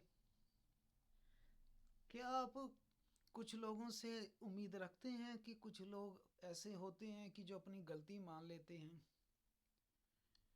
अगर उसके लोग नहीं अभी कभी अपनी गलतियां मानते तो उनका बाप कैसे मानेगा? यहाँ इसकी संतान, इसके लोग गलतियां कर लेते हैं, कभी अपनी गलती मानते नहीं हैं। दूसरी तरफ प्रभु के लोग गलती ना भी की हो फिर भी मान लेते हैं, चाहे गलती उन्होंने नहीं भी की हो फिर भी मान लेते हैं, क्योंकि उन्होंने अपने पिता से सीखा है। लेकिन शैतान के लोग कभी मानेंगे ही नहीं कि हमने गलती की है। तो उसका बाप कहाँ से सीखी आदत? उन्हें अपने बाप से। काइन ने गलती मान ली थी, काइन ने उसी वेले हाथ जोड़ के प्रभु से माफ़ी मांगी थी कि प्रभु मेरे से गलती होगी, मैं गुस्से में आके अपने भाई को मार दिया। वो उल्टा एटीट्यूड दिखा रहा है, घमंड परमेश्वर को, कहता है मैं कोई अपने भाई का रखवाला हूँ। आप सेम नेचर देखेंगे काइन की संतान में, गलतियां भी करेंगे, ऊपर से घमंड भी होगा। देखा नेचर कहाँ से आया? आज आप शैतान के संतानों से वो गलती करके भी अपना पाँव ऊपर रखेंगे, रोब जमाएंगे क्योंकि ये शैतान का नेचर है। तो यहाँ शैतान ने माफ़ी नहीं मांगी कि मैं पता भी मैं हारा हुआ हूँ। इसकी तो आगे की दुष्ट आत्माएं भी जो इसके चेले चपाटे हैं वो यीशु मसीह से कह रहे थे कि तू हमें समय से पहले सताने आ गया, कि है हम तेरे आगे विनती करते हैं, प्रार्थना करते हैं, हमें नरक अथाह कुंड में ना भेज। जब यीशु इन शैतानों की दुष्ट आत्माएं निकाल रहा था, तो आपको याद आ गया होगा। तो यहाँ शैतान हारा। आगे तो ये घूम फिर लेता था। जब ये हारा, अब जमीन के ऊपर जो प्रभु की दुल्हन थी, समझदार कुंवारियाँ थे, सच्चे मसीह थे, वो रैप्चर पाकर कब्रों वाले भी उठ गए। हम जैसे जो जिंदा है, हमारे शरीर बदल गए, हम जमीन पर अब नहीं हैं, हम प्रभु के साथ स्वर्ग में बैठे प्रभु भोज कर रहे हैं। हालेलुया। शैतान हरा दिया। अब आप पढ़ें कि ये वही सांप है, देखा बाग अदन वाला। बाग अदन में ये सांप था, लेकिन प्रकाशित वाक्य में इसके पास अब सारी पॉलिटिक्स इसके पास है, सारा धन इसके पास है, बड़े से बड़े पावरफुल लोग इसके पास हैं। तो अब ये सांप नहीं रहा, ये अजगर बन गया। अजगर, ये प्रभु ने सिंबलिक लैंग्वेज यूज़ की है सारे प्रकाशित वाक्य में। इसका प्रकाशन देखिए आप क्या निकलता है। सांप और अजगर ज़्यादा ताकतवर होता है, क्योंकि अब शैतान के पास सारा संसार है। प्रभु कहता मेरे आगे झुक, मैं सारा तुझे दे देता हूँ। तो अब ये पूरी ताकत में है भाई। पॉलिटिक्स इसके पास, सारे धर्म इसके पास, पैसा इसके पास, सारी दुनिया की लीडरशिप इसके पास, सारे दुनिया के धर्म गुरु इसके पास। तो हो गया ना जिगर। तो ये स्वर्ग से गिरा दिया गया। अब क्यों गिराया गया? क्योंकि ये दोष लगाता था, जसविंदर तेरा बेटा देख वो ज़मीन के ऊपर देख पाप कर रहा है, वो तेरी बेटी देख पाप कर रही है। पर उसी वक्त प्रभु यीशु मसीह जो जज है, उसी वक्त हमारे लिए वो वकील बन जाता था, अगुआ बन जाता था, एडवोकेट बन जाता था, बिचवाई बन जाता था। वो कहता था देख उस मेरे बेटे ने अगर गलती की है, पाप की, वो देख घुटने टेक कर माफ़ी भी मांग रहा है, देख वो मेरे लहू से माफ़ी मांग रहा है और मेरे लहू ने उसके पाप धो दिए। हालेलुया। जो दिन रात भाइयों पर दोष लगाता, गिरा दिया गया कि शैतान अब किस पर दोष लगाएगा? दोष लगाने वाले तो अब ऊपर बैठे हैं। खुशखबरी ये थी हमारे लिए कि जो जज है वहाँ पर न्याय करने वाला, वही वकील भी है। खुशी हमारे लिए ये है कि जिसने सबका न्याय करना है, शैतान का भी, वो जो जज है वही वकील है। और उससे बड़ी खुशखबरी ये हमारे लिए कि वो प्रभु यीशु मसीह है। जज भी यीशु मसीह, वकील भी यीशु मसीह। जब पापियों के लिए वो लड़ता है तो हमारे लिए वकील बन जाता है कि देख मेरे बच्चे ने पाप किया, जो तू उसके पाप दिखा रहा है, तो ये भी देख वो माफ़ी भी मांगता है और अब मेरे लहू को इस्तेमाल कर रहा है। जब हम कहते प्रभु यीशु तेरे लहू, तेरे मार खाने से हमारे पाप शुद्ध हो गए, माफ़ हो गए, हम अपने पापों का अंगीकार करते हैं, तो शैतान वहाँ शर्मिंदा हो जाता है। प्रभु यीशु मसीह हमारा केस जीत जाता है, यहाँ पर आके वो हमारा वकील बन जाता है और वही जज है। अब देखिए शैतान हार गया, ठीक है। अब जब हारा है ये शैतान और इसके पीछे चेले चपाटे, तो कहाँ गिराए? नीचे जमीन के। तो आपने इस आयत को पढ़ के समझ गए, 10 आयत को। कहते जो दिन रात हमारे भाइयों पर दोष लगाता था, इसका काम यही था। 11वां मेमने के लहू के कारण किन पर दोष लगाता था भाई और बहनों? हम पर दोष लगाता था। हम कौन है? 11 आयत में पढ़े, वह मेमने के लहू के कारण, हम लोग मेमने के लहू के कारण और अपनी गवाही के वचन के कारण हम क्या देते हैं? दुनिया भर में गवाही देते हैं कि यीशु मसीह वो मेमना है जिसने सारे जगत के लिए अपना लहू बहाया, अपने आप को सलीब पर चढ़ाया। हम लोग यीशु मसीह के वचन के कारण और मेमने के लहू के कारण उस पर जयवंत हुए। हम यीशु मसीह के पवित्र लहू से उस पर जयवंत हुए। हम पर हमारा दोष लगाता था ऊपर जे स्वर्ग में। लेकिन अब देखिए 12 आयत में स्वर्ग में प्रभु है, उसके फरिश्ते हैं और सारे संसार से प्रभु की उठाई गई दुल्हन, उसके बच्चे हैं रैप्चर वाले, जो अब स्वर्ग में मौजूद है। अब जमीन पर कौन रह गया?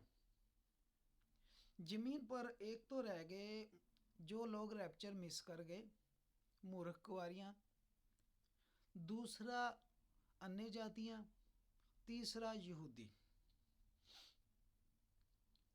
ठीक, आगे चलते हैं। 12 आयत में स्वर्ग से ये आवाज है, हे स्वर्ग वालों और उसमें रहने वालों मगन हो। स्वर्ग वालों मगन हो, ठीक। स्वर्ग वालों मगन हो, हे पृथ्वी और समुद्र तुम पर हाय। तो अब स्वर्ग में जितने हैं वो मगन हो, अब जो जमीन पर है उन पर हाय। तो यानी जो मेरे भाई बहन रैप्चर में चले गए स्वर्ग में, वो मगन हो भाई, खुश हो। अब इसके बाद ना कोई दुख है, ना तुम्हारी तकलीफ, ना बीमारी, ना बुढ़ापा, तुम अब मगन हो, कोई बोझ नहीं, कोई कर्ज नहीं। लेकिन पृथ्वी तेरे ऊपर हाय। क्यों हाय? क्योंकि शैतान बड़े क्रोध के साथ तुम्हारे पास उतर आया। अब पहले तो स्वर्ग में जाके दोष लगाता था, प्रभु की दुल्हन प्रभु के बच्चों का। लेकिन अब रैप्चर हो गया, ऊपर से लड़ाई हुई, शैतान को परमानेंटली बैन कर दिया गया। माइकल ने बुरी तरह से हराया शैतान को, ऊपर से ये बैन कर दिया अब स्वर्ग से बिल्कुल इसका आना जाना। तो अब ये गुस्से से भरा हुआ जमीन पर आ रहा है। अब आप अपने अपने प्रभु की दी हुई समझ को इस्तेमाल करें कि अब ये गुस्सा किस पर उतारेगा, गुस्सा किस पर उतारेगा। रैप्चर वाली तो चले गए, दुल्हन जो प्रभु के बच्चे थे रैप्चर में चले गए, लेकिन नीचे एक ग्रुप और रह गया है जो कि औरत है, जिनका ईमान क्या है, एक परमेश्वर है, जो सूरज चांद नया नियम पुराना नियम 12 चेलों की तालीम मानते हैं। अंत समय के पैगाम का एक ग्रुप नीचे रह गया है, जिनके पास मैसेज सेम था वो रह गए। दूसरा ग्रुप, एक तीसरा ग्रुप रह गया है 1,44,000। चलिए थोड़ा आसान कर देते हैं। पहला ग्रुप रैप्चर, दूसरा ग्रुप मूर्ख कुंवारियाँ जो रैप्चर मिस कर गए, तीसरा 1,44,000। प्रभु की तीनों के साथ डीलिंग है। प्रभु तीनों ग्रुपों को प्रेम करता है, तीनों ही यीशु मसीह को मानते हैं, तीनों ही प्रभु के प्यारे हैं। लेकिन रैप्चर में कुछ बहुत थोड़े से लोग हैं जो रैप्चर में गए, चुने हुए, पहला ग्रुप।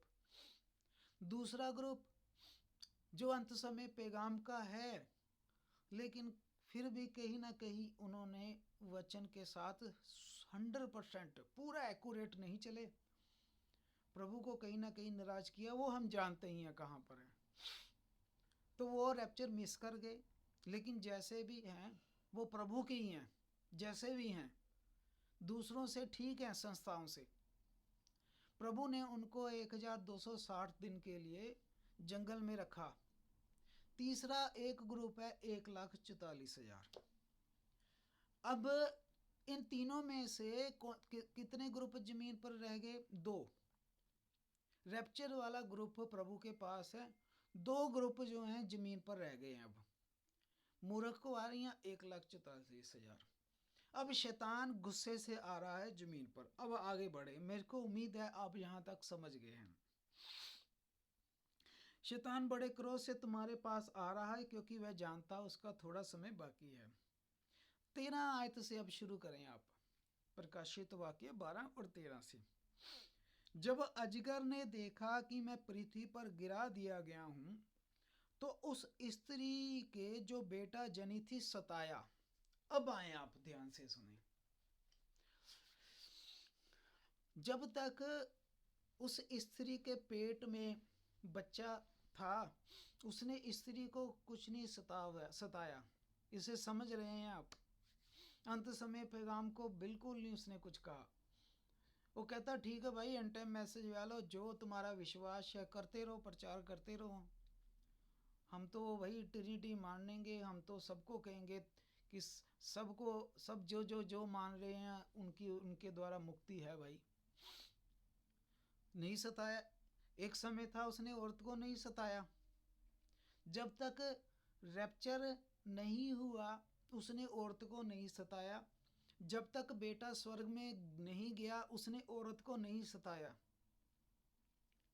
जब बच्चा स्वर्ग गया, रैप्चर हो गया, फिर लड़ाई हुई। अगला का शैतान के और स्वर्गदूतों के बीच लड़ाई हुई। शैतान हारा, गुस्से से जमीन पर आ रहा है। अब किसे ढूंढ रहा है? उसी औरत को जिससे पहले उसे कुछ नहीं लेना देना था, सिर्फ बच्चे से प्रॉब्लम थी। अब उस औरत को ढूंढ रहा है। क्यों? क्योंकि अब गुस्सा तो बच्चे पर निकाल नहीं सकता, बच्चे को तो खा नहीं सकता। बच्चा कहाँ पहुंच गया हुआ है? स्वर्ग में। अब गुस्सा निकाल रहा है जो भाई बहन रैप्चर मिस कर गए, उनके ऊपर सताव आ गया। दर्द तो पहले, पीड़ा आने लगी थी रैप्चर से पहले, पीड़ा तो उसको पहले ही आने लगी थी, पेन्स। वो पेन्स कौन सी थी? वो डिलीवरी की पेन्स थी। पर ये वाली पेन्स कौन सी है? सताव वाली पेन्स। अब आप इसको बारीकी से समझ रहे होंगे। पहले जब बच्चा जनने वाली जो दर्द था वो भी दर्द है, अब शैतान जो उसको गुस्से के साथ उसके पास आ रहा ये भी दर्द है, पर दोनों में फर्क है। अब देखिए अजगर 13 आयत में, अजगर ने गुस्से से जमीन पर आया और जो स्त्री बेटा जनी थी उसे सताया। जो भाई बहन रैप्चर मिस कर जाएंगे उनके ऊपर सताव आएगा। जो मेरे प्यारे भाई बहन रैप्चर मिस कर जाएंगे उनके ऊपर बहुत सताव आएगा।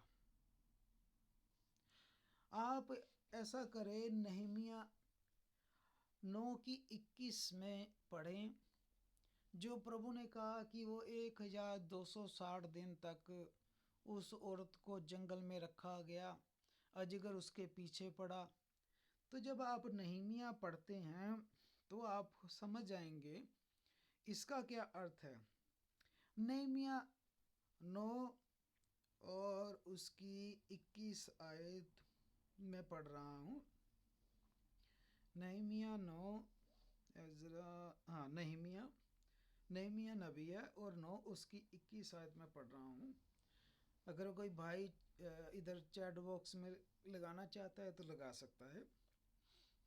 यहाँ नहमिया 9:21 में, 40 वर्ष तक तू जंगल में उनको ऐसा पालन पोषण करता रहा कि उनको कोई घटी न हुई, न उनके वस्त्र पुराने हुए, न उनके पाँव में सूजन हुई। तो पुराने नियम में प्रभु ने बताया कि इज़राइलियों के साथ प्रभु तूने क्या किया, 40 साल उनको जंगल में रखा, 40 साल उनको जंगल में रखा इज़राइलियों को, पर 40 साल तूने उनके कपड़े फटने नहीं दिए, पुराने नहीं होने दिए, ना उनके पाँव की जूती घिसने दी। 40 साल प्रभु ने इज़राइलियों का पालन पोषण किया जंगल में। अब ये चीज़ प्रभु कर रहा है, जो मेरे भाई बहन रैप्चर मिस कर गए, अब इनको भी 1260 दिन के लिए जंगल में रखा गया। शैतान अजगर इनके पीछे है, यानी शैतान पूरी तरह से उन भाई बहनों के पीछे होगा जो अंत समय के पैगाम के ही लोग हैं, जो कॉम्प्रोमाइज़ नहीं करते थे। मैसेज बिल्कुल ठीक था, पर कहीं ना कहीं वो रैप्चर मिस कर गए। शैतान उन्हें सताएगा, उनके ऊपर सताव बहुत आएगा, उन भाई बहनों के ऊपर बहुत मुश्किलें मुसीबतें आएंगी, उनके सारा कुछ उनके खिलाफ हो जाएगा। क्या क्या खिलाफ होगा आगे पढ़ते हैं। आगे पढ़ें भाई, कंटिन्यू पढ़ें आप। प्रकाशित वाक्य 12 का ही 12 की 13 से 14 से। उस स्त्री को बड़े उकाब के 2 पंख दिए गए। उस स्त्री को उकाब के 2 पंख दिए गए कि सांप के सामने से उड़कर जंगल में वह उस जगह पहुंच जाए जहां वह समय और समों और आधे समय तक पाली जाए। अब उकाब के 2 पंख दिए गए, इसका क्या अर्थ है? होशे नबी की किताब निकालें, होशे नबी और उसका 9 अध्याय और उसकी 10 आयत। होशे नबी 9 अध्याय और उसकी 10 आयत। होशे नबी 9 अध्याय और उसकी 10 आयत मैं पढ़ने जा रहा हूँ। मैंने इज़राइल को ऐसा पाया जैसे कोई जंगल में दाख पाए, और तुम्हारे पुरखों पर ऐसी दृष्टि की जैसे अंजीर के पहले फलों पर दृष्टि की जाती है। परंतु उन्होंने बाल पोर के पास जाकर अपने को लज्जा का कारण होने के लिए अर्पण किया, जिस पर वह मोहित हो गए, वह उसी के समान घिनौने हो गए। 11 आयत। अब्राहम का वैभव पक्षी के समान उड़ जाएगा, ना तो किसी का जन्म होगा, ना किसी का गर्भ रहेगा, ना कोई स्त्री गर्भवती होगी। अब आप प्रकाशित वाक्य 12 में ही आ जाएं। तो प्रभु ने कहा कि मैं तुम्हें उकाब की मानिद वहाँ मिस्र से उड़ा कर ले आया, इज़राइल में उकाब की मानिद। तो इस औरत को कहा है कि उकाब के 2 पंख दिए गए कि वो शैतान के पास से उठ सके। तो प्रभु परमेश्वर ने इसे, इन लोग जैसे भी हैं प्रभु के ही बच्चे हैं, चाहे रैप्चर मिस कर गए, लेकिन प्रभु परमेश्वर फिर भी इन पर दया कृपा कर रहा है। पर इन्हें मुश्किलों से गुजरना पड़ेगा, इन्हें कुर्बानियाँ देनी पड़ेगी, इन्हें कुर्बानियाँ देनी पड़ेगी, इन पर सताव बहुत आएगा। तो अब इसे उकाब के 2 पंख दिए गए, आधे समय तक पाली जाए, 3.5 साल के लिए। 3.5 साल का पीरियड जो है सताव वाला पीरियड है। रैप्चर के बाद 3.5 साल का समय एक है, लास्ट 3.5 साल का समय एक है। रैप्चर के बाद टोटल 7 साल का समय है। रैप्चर के बाद टोटल 7 साल का समय है। रैप्चर के बाद यहूदियों का 70वां हफ्ता शुरू हो जाएगा। रैप्चर के बाद यहूदियों का जो आखिरी हफ्ता पड़ा हुआ है, 70वां हफ्ता, वो शुरू हो जाएगा। जो प्रभु ने कहा था कि दानियल तुझे और तेरे लोगों के लिए 70 सप्ताह ठहराए गए हैं। 70 सप्ताहों के बाद हमेशा की धार्मिकता होगी, शांति होगी, प्रभु का राज्य शुरू होगा 70 हफ्तों बाद। तो यहूदियों का रैप्चर के बाद जब सारे संसार से दुल्हन उठाई जाएगी, यहूदियों का जो एक हफ्ता बचा हुआ है 70वां 7 साल का, वो शुरू हो जाएगा। पहले 3.5 साल ठीक चलेंगे, आखिरले 3.5 साल जो है वो वार जो है, युद्ध है, सब कुछ। छठी मोहर यानी चौथी मोहर तक जो है वो रैप्चर है। 5वीं मोहर में दुल्हन नहीं है। जो 7 मोहरें आप पढ़ते हैं, थोड़ा थोड़ा मैं छू रहा हूँ। 5वीं मोहर जो है वो इजराइलियों की है, चौथी मोहर तक अन्य जातियों की है। हम और आप चौथी मोहर में रह रहे हैं। हम चौथी मोहर के अंत में रह रहे हैं। हम चौथी मोहर के किनारे पर रह रहे हैं। 5वीं मोहर में दुल्हन जमीन पर नहीं होगी। चौथी मोहर खत्म होते ही दुल्हन ये संसार छोड़ जाएगी। 5वीं मोहर इजराइलियों के लिए है। प्रभु यीशु मसीह का दायां हाथ जो अब हमारे ऊपर है, 5वीं मोहर में प्रभु यीशु मसीह का दायां हाथ, प्रभु का राइट हैंड, उसके अपने पहलौठे पुत्र इजराइलियों पर चला जाएगा। ये सुसमाचार, मुक्ति का सुसमाचार, प्रभु यीशु मसीह का सुसमाचार इजराइलियों के बीच में चला जाएगा। और प्रभु एलिया और मूसा अपने 2 नबी वहाँ खड़ा करेगा। वह 3.5 साल तक प्रभु यीशु मसीह ही यहोवा परमेश्वर है का प्रचार करेंगे, जिसके द्वारा 1,44,000 याकूब के 12 गोत्रों के हर गोत्र के 12,000 यीशु मसीह को अपना यहोवा, अपना उद्धारकर्ता, अपना मुक्तिदाता, जैसा अब हमने कबूल किया है वैसा ही यहूदी करेंगे। और जो पवित्र आत्मा ने हम पर अब मोहर लगाई है, वही पवित्र आत्मा 1,44,000 पर मोहर लगा देगा। 3.5 साल तक ठीक चलेगा। आखिरले 3.5 साल बाद बहुत बड़ी जंग होगी। छठी मोहर में जब आप पढ़ते हैं तो आप देखते हैं कि 5वीं में तो जो सोल्स मरी हुई थी कब्रों में, वो कहती कब तक तू बदला नहीं लेगा। प्रभु कहता है अभी वेट करो जब तक गिनती ना पूरी हो ले। तो प्रभु ने उन्हें सफ़ेद वस्त्र दिए। छठी मोहर खुलते ही सूर्य अपनी रोशनी नहीं दे रहा, चांद अपनी रोशनी नहीं दे रहा, तारे हिलाए गए। छठी मोहर में आप देखते हैं सारा मामला बदल गया। एक बहुत बड़ा अर्थक्वेक आया, यानी मुसीबतें जो देख रहे हैं आप वो छठी मोहर में देख रहे हैं। तो छठी मोहर में आप देखते हैं कि सारी चीज़ों का सात तुरी वाले स्वर्गदूतों का काम, सात कटोरे वालों दूतों का काम, सारा छठी मोहर में देख रहे हैं। छठी मोहर इज़ ए वार, छठी मोहर में एक युद्ध है, वार है। सातवीं मोहर में हमारे प्रभु की आमद है। प्रभु हम सबको आशीष दे। तो आइए ऐसे कंटिन्यू करें। तो जो रैप्चर में मिस हो गए, शैतान अब उनके पीछे पड़ा है, क्योंकि वो ऐसे भाई बहन हैं जिनको पता है कि सच्चा और जीवता एक परमेश्वर है। वाकई बपतिस्मा प्रभु यीशु मसीह के नाम से है, पवित्र आत्मा का बपतिस्मा है। वो सारे वचन को जानने वाले हैं और मानने वाले हैं, पर रैप्चर में मिस हो गए, रैप्चर नहीं जा पाए। शैतान अब इनके पीछे है। तो इनके ऊपर बढ़िया मुश्किलें आ रही हैं, मुसीबतें आ रही हैं। सारे धर्म इनके खिलाफ हो जाएंगे, सारे धर्म गुरु इनके खिलाफ हो जाएंगे, सारी संस्थाएं, खुद मसीही संस्थाएं इनके खिलाफ हो जाएंगी। इनके ऊपर बड़ी मुश्किलें मुसीबतें आएंगी।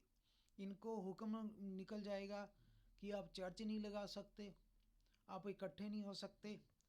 अगर आपने चर्च लगाना है तो आपको पोप की परमिशन लेनी होगी, आपको उनकी शर्तों को मानना होगा, हाँ में हाँ मिलानी पड़ेगी। फिर आपको जो हेड चर्च से ऑथोराइजेशन लेटर मिलेगा, फिर आप प्रचार कर पाएंगे। लेकिन यहाँ इनका मामला फंस जाएगा। इनको वचन का पता होगा, उनको पता होगा कि हम आगे ही गलतियों के कारण रैप्चर मिस कर गए हैं। अगर हम ये कॉम्प्रोमाइज़ कर गए तो हम उस जो शरीर से तो जाएंगे, आत्मा से भी जाएंगे, सोल से भी जाएंगे। प्रभु हमें कभी माफ़ नहीं करेगा, तो हमें भी शैतान के साथ परमानेंट ही ख़त्म करेगा। फिर इनके लिए एक बहुत बड़ा परीक्षा का समय आएगा। इन सभी लोगों को बहुत बड़ा स्टैंड लेना होगा कि ये कहेंगे कि आप हमें मारना मार दो, लेकिन हम कॉम्प्रोमाइज़ नहीं करेंगे। बस फिर ये अकेले रह जाएंगे। इनके ऊपर बहुत सताव आएगा। भाई बहनों, कितना आएगा? आगे पढ़े, फिर आप आगे पढ़े। 15 आयत से हमारे इन भाई बहनों पर सताव शुरू हो रहा है। 15 आयत से, और सांप ने उस स्त्री के पीछे अपने मुंह से नदी के समान पानी बहाया। अब आप जो पढ़ रहे हैं इसे साथ में ना अपने दिमाग में इमेजिंग करना शुरू कर दें। प्रकाशन हम बाद में जानते हैं, पहले आप पढ़ें कि दृष्टांत में क्या लिखा है प्रभु ने। दृष्टांत पढ़ रहा हूँ, दोबारा पढ़ें। और साथ में आप इमेजिंग, जब तक आप दृष्टांत नहीं समझेंगे आप प्रकाशन नहीं समझेंगे। दृष्टांत क्या कहता है कि सांप ने उस स्त्री के पीछे अपने मुंह से नदी के समान पानी बहाया कि उसे नदी से बहा दे। अब जब हम बाइबल पढ़ते हैं, अब हम अपनी समझ लगाएंगे तो कहेंगे प्रभु ये क्या, कैसे होगा, क्या है ये? कि सचमुच एक अजगर आएगा, सचमुच अजगर अपने मुंह को खोलेगा, अजगर के मुंह से पानी निकलेगा? क्या सचमुच उसमें जो रैप्चर मिस कर गए हैं भाई बहन उस पानी से बह जाएंगे?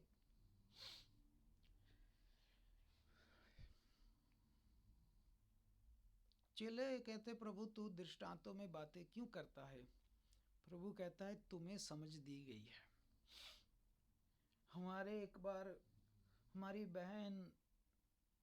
एक बहन ने मुझे बताती, कहती हमारे ना साथ में एक पास्टर की ना बेटी काम करती है, हमारे साथ जॉब करती है। तो मत्ती 25 की बात चल रही थी कि 10 कुंवारियाँ इंतज़ार कर रही थी, 5 के पास तेल था, 5 के पास नहीं तेल था। तो कहती वो पास्टर की बेटी कहती जिनके पास तेल नहीं होगा वो रह जाएंगे। तो मूर्ख कुंवारियाँ घर घर तेल मांगेंगी, जिनके पास जो लोग सेवकों के हाथों से तेल से मसा होंगे। तो मुझे जब बताया मुझे इतना दुख हुआ कि यानी अपने आप को मशहूर करने के लिए वचन को क्यों तोड़ मरोड़ देते हैं। वैसे ही उनको भगत उनके मानने वाले वो भी बड़े खुश आमीन हालेलुया। पर पास्टर जी ने बहुत बड़ा प्रकाश खोल के बताया। देखिए, जब इंसान कहता है मेरी प्रभु से बात हुई है, मुझे प्रभु ने बताया, लगता ऐसे ही है, लगता ऐसे ही है प्रभु ने बताया है। पर भाई ध्यान से बाइबल से मिलाएं। प्रभु कभी वचन से बाहर नहीं बताएगा, प्रभु कभी वचन से बाहर नहीं बताएगा। खैर प्रभु उनकी समझ खोले। अब देखिए यहाँ लिखा, अजगर ने अपना मुंह खोला और मुंह से पानी बहाया, उस औरत को उस मुंह की नदी से बहाना चाहा कि उसे बहा दे। जो भाई बहन रैप्चर मिस कर गए, जो पानी के बहाव का मतलब क्या है, पंजाबी में से हड़ बोलते हैं, हड़। हिंदी में मुझे याद नहीं आ रहा, पंजाबी में हड़ बोलते हैं।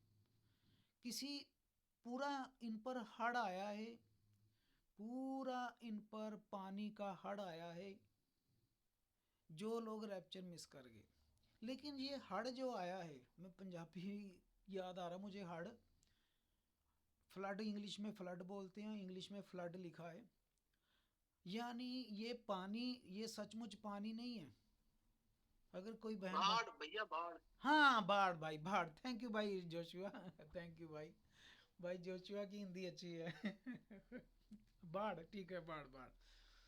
तो जो भाई बहन रैप्चर मिस कर गए उन पर बाढ़ आई है। लेकिन ये बाढ़ पानी की नहीं है। ये बाढ़ पता किसकी है? सारे संसार की मुश्किलें, मुसीबतों की बाढ़ आ जाएगी। किस किस की?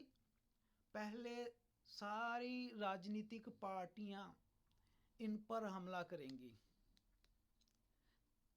जो लोग रैप्चर मिस कर गए वो चर्च लगाते ही होंगे, उन्हें तो पता है हम रैप्चर मिस कर गए। वो रूटीन की तरह चर्च लगा रहे होंगे, वही प्रचार कर रहे होंगे, एक परमेश्वर है, यीशु मसीह ही परमेश्वर है, बपतिस्मा सिर्फ यीशु मसीह के नाम से है। ये बात संस्थाओं को पसंद नहीं आएगी, क्योंकि संस्थाएं रैप्चर में नहीं गई, ज़मीन पे ऊपर ही है, वो ज़मीन पर ही है। पहले 3.5 साल बिल्कुल सही जा रहे हैं रैप्चर के बाद। तो सारे चर्चेस जो कंप्लेंट करेंगे कि ये लोग गलत प्रचार कर रहे हैं, तो जो सारे चर्चों का अब एक सम्मेलन बन चुका है, WCC वर्ल्ड चर्च काउंसिल बन चुका है। तो सारे चर्चेस जो हैं इनके इनके ऊपर पूरे इनके खिलाफ हो जाएंगे, इनके ऊपर हर चीज़ का फ्लड आ जाएगा, बाढ़ आ जाएगी, कंप्लेंटों की, दुखों की, सताव की। तो सारे चर्चेस इनके पूरी तरह खिलाफ होंगे कि अभी भी खिलाफ हैं, लेकिन अभी इनका जोर इसलिए नहीं चलता क्योंकि अभी प्रभु की दुल्हन जमीन के ऊपर है। अभी इन पर जोर नहीं चल रहा। लेकिन जिस दिन दुल्हन चली गई उस दिन इनके ऊपर सताव की बाढ़ आ जाएगी, मुश्किलों की बाढ़ आ जाएगी। ये पानी कौन सा है? पानी आत्मिक बाढ़ है पानी। तो फिर संस्थाएं कॉम्प्रोमाइज़ वाली होंगी, इनके पास पॉलिटिकल लिंक भी होंगे, इनके लीडरशिप भी इनके साथ होगी, राजनीतिक पार्टियां भी इनके साथ होंगी। तो ये अपने राजनीतिक भी सोर्स इस्तेमाल करेंगे इनको दबाने के लिए। फिर राजनीति की तरफ से भी इन हमारे भाई बहनों के ऊपर बहुत बड़े सताव की बाढ़ आएगी। पॉलिटिकल पार्टियां भी पूरा इनको कहेंगी, दबाव डालेंगी कि आप ये प्रचार मत करो कि यीशु मसीह परमेश्वर है। तुम दूसरे भी चर्च हैं, दूसरे भी क्रिश्चियन हैं जो कह रहे हैं कि सब कुछ ठीक है, वो भी सारे दिन त्योहार मना रहे हैं। अब देख सकते हैं यूट्यूब पर बड़ा कुछ हो रहा है।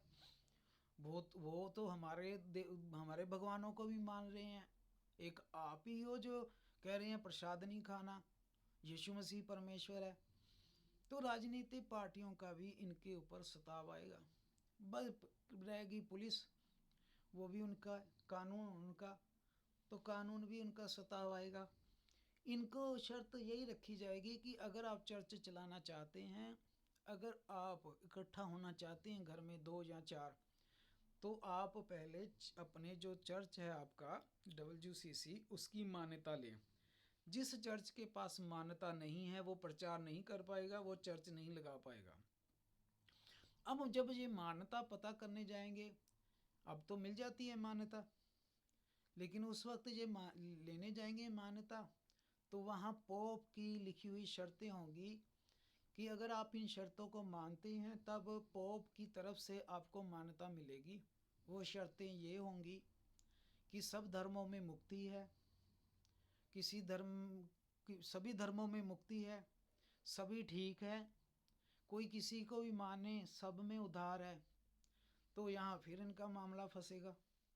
तो ये भाई कॉम्प्रोमाइज़ नहीं करेंगे, तो फिर इनके ऊपर चर्चों का बाढ़, धर्मों की बाढ़, अन्य जातियों की बाढ़, कानून की बाढ़, राजनीतिक पार्टियों की बाढ़, पूरी बाढ़ ही आ जाएगी इनके ऊपर सताव की कि आप ये ईमान नहीं रख सकते, आप ना ये प्रचार कर सकते हैं, ना घर में 3 से 4 बंदे इकट्ठे होके आप ये प्रचार कर सकते हैं।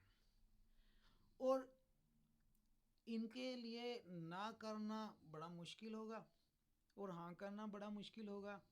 संगति के बिना ये रह नहीं पाएंगे, क्योंकि इनको पता है कि हमारे साथ वाले भाई बहन रैप्चर में चले गए हैं। ये इनको पता होगा, है तो मैसेज वाले ही है ना इनको पता होगा ना कौन कौन से भाई बहन दिख नहीं रहे।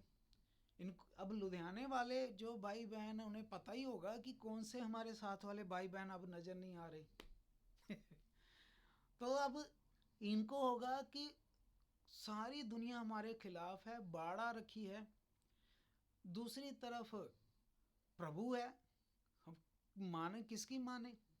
फिर इनके ऊपर बहुत बड़ी एक परीक्षा होगी। जब ये नहीं मानेंगे इनके ऊपर तशद्दुद होंगे, इनको कैद, सजा, जेल में जाना, मारकूट, कैद खाना, कत्ल भी होंगे, मारे भी जाएंगे, मारे भी जाएंगे। चलिए, अब ये हो गया दूसरा ग्रुप। एक ग्रुप और बचा है अब, 1,44,000 यहूदी अब आगे आए। अब शैतान ने का इन पर पूरा जोर लगा दिया, जो लोग रैप्चर को मिस कर गए। कारण क्योंकि शैतान जानता है पहले कोशिश मैंने करनी है रैप्चर ना होने दूं, पर उसमें वो फेल हो गया। फिर उसकी दूसरी कोशिश होगी कि प्रभु के अब और कौन से लोग प्यारे बचे हैं ज़मीन पर, मूर्ख कुंवारियाँ। तो शैतान हर एक प्रभु की प्यारी चीज़ को सताएगा। शैतान को अब पता है कि अब कौन से लोग बचे हैं जो ये रैप्चर में तो नहीं गए, पर यीशु मसीह के 1000 साल राज्य में कौन से लोग होंगे, ये होंगे। ये वही लोग हैं मेरे प्यारे भाई बहनों, मैं बाद में जाऊंगा। जो योना ने देखा, कहता मैंने एक बहुत बड़ी भीड़ देखी। अगर आप चाहते हैं तो मैं साथ में पढ़ ही देता हूँ, फिर वापस जरूर आएंगे यहाँ पर। जहाँ पर योना ने एक बहुत बड़ी भीड़ देखी, बहुत कौमें, बहुत जातियों के लोग थे। शायद एक मिनट, मैं गलत ना हूँ, मुझे 2 मिनट दें आप, अगर मिल जाता है तो एक ग्रुप देख रहे हैं आप, यीशु मसीह के सामने खड़ा है। हाँ, प्रभु का धन्यवाद, मिल गया। प्रकाशित वाक्य 7 से 8 शुरू करें। ये लोग जो अब सताव में जा रहे हैं, इनका क्या होगा भाई, रैप्चर मिस कर गए हैं, पर है प्रभु के। ये बड़ा डीपली प्रकाशन है, गहरा, पर मुझे उम्मीद है आप समझ रहे हैं। इसीलिए हमारा चर्च अलग चर्च है ना, दसबंदी की कभी बात नहीं करते हम प्रकाशित वाक्य 7 की 8 में यूहन्ना ने एक ग्रुप देखा है देखिए, कहता इसके बाद मैंने दृष्टि की हर एक जाति, अब एक एक चीज ध्यान से पढ़ें। कहता मैंने दृष्टि की हर एक जाति से है, हर एक कुल से है, और लोग और हर भाषा में से हैं, और भाषाओं में से एक बड़ी भीड़ देखी। यानी सारी दुनिया में से लोग यहाँ देखे हैं इसने, हर भाषा बोलने वाले, हर धर्म से, हर जगह से, ठीक, जिसे कोई गिन नहीं सकता था। सफ़ेद वस्त्र दिए, इसका मतलब है कि सारी दुनिया से जो लोग जिन्होंने यीशु मसीह के लहू से अपने पाप धुलवाए, शुद्ध हुए, यीशु मसीह पर ईमान रखने वाले, ये वो लोग हैं। ठीक है, ठीक, आगे चलते हैं। जो चीज़ आपने अंडरलाइन करनी है वो ये करनी है, मैं आगे जब बताऊंगा कौन सी करनी है। और उनको कोई सफ़ेद वस्त्र दिए गए, श्वेत वस्त्र पहने, अपने हाथों की खजूर की डाली लिए हुए। अब आगे जो बोल रहा हूँ वो अंडरलाइन करना है आपने, आगे वाला। सिंहासन के सामने, हालेलुया, प्रभु का धन्यवाद हो, सिंहासन के सामने और मेमने के सामने खड़े हैं। आपने कौन सी चीज़ अंडरलाइन करनी है कि ये लोग जो सारे हैं से सिंहासन के सामने खड़े हैं, मेमने के सामने।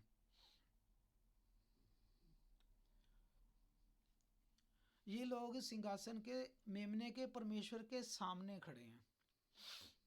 अब लगता तो यही है कि ये हम हैं, मुक्ति पाए हुए हम लोग हैं, समझदार दुल्हन है। नहीं भाई, क्यों?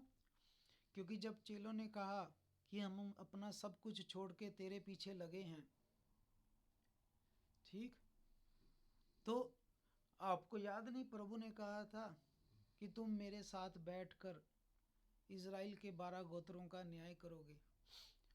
जब औरत ने कहा था कि प्रभु मैं चाहती हूँ, मेरे 2 बेटे हैं, एक तेरे दाहिने एक तेरे बाहिने और बैठे, प्रभु ने कहा कि ये तो पहले से ही चुनाव हो चुका हुआ है। प्रभु ने कहा कि बहुत से लोग पूरब से पश्चिम से आकर अब्राहम के साथ बैठेंगे, बहुत से लोग पूरब से पश्चिम से आकर। तुम जो अपने आप को अब्राहम की संतान कहते हो, तुम तो बाहर निकाले होगे। तो प्रभु ने एक ग्रुप को कहा है कि मेरे साथ बैठेगा, सामने खड़ा नहीं होगा। सो मेरे प्यारे अजीजों, जो फर्स्ट क्लास है, जो ना मेमने की किताब में ना काटे जाते हैं, ना लिखे जाते हैं, ना मिटे जाते हैं, जो जगत से पहले चुने हुए समझदार कुंवारियाँ, वो प्रभु के साथ बैठेंगी, क्योंकि वो दुल्हन है और दुल्हन दूल्हे के साथ बैठती है, दुल्हन दूल्हे के साथ उसके महल में रहती है। यूसुफ की पत्नी अन्य जातियों से थी, और यूसुफ जब अपने भाइयों से मिल रहा था उस वक्त उसकी पत्नी महल में थी। उसी तरह यीशु मसीह हमारा अब्बा पिता जब अपने भाई यहूदियों से मिलेगा तो उसकी पत्नी अन्य जातियों वाली ऊपर स्वर्ग में जो हमारे लिए वो जगह तैयार कर रहा है वहाँ होगी। ये सारे कनेक्शन एक साथ जुड़े हुए हैं। तो अब ये फिर लोग कौन है कि ये साथ नहीं बैठे हुए, सामने खड़े हैं? अब ये वही लोग हैं मेरे प्यारे भाई बहनों जो रैप्चर मिस कर गए। इन्होंने साथ बैठने का अपना मौका गवा दिया, इन्होंने साथ बैठने का अपना सुअवसर गवा दिया। साथ बैठने का सौभाग्य सिर्फ रैप्चर पाई हुई दुल्हन को मिला। ये लोग अब सामने खड़े हैं। अब अभी भी आपको ये चीज़ आगे जाके समझ आएगी। कंटिन्यू पढ़ें अब आप। ये सिंहासन के सामने, मेमने के सामने खड़े हैं। 10 आयत, और बड़े शब्द से पुकार कर कहते हैं, उद्धार के लिए हमारे परमेश्वर का जो सिंहासन पर बैठा है, मेमने की जय जयकार हो। सारे स्वर्गदूत उस सिंहासन और प्राचीनों के चारों ओर खड़े हुए थे। फिर वह सिंहासन के सामने मुंह के बल गिरे और परमेश्वर को दंडवत करने लगे। और आमीन। हमारे परमेश्वर की स्तुति, महिमा, धन्यवाद, आदर, सामर्थ्य युग युग बनी रहे। अब 13 आयत से ध्यान करें, 13 आयत से ध्यान से पढ़े। 13 आयत से, इस पर प्राचीनों में से मुझसे एक ने मुझसे कहा, ये सफेद वस्त्र पहने हुए कौन है और कहाँ से आए? 14 आयत। मैंने उससे कहा, हे स्वामी, तू ही जानता है। आगे अब ध्यान से, उसने मुझसे कहा, ये वो है जो महाक्लेश से निकल कर आए हैं।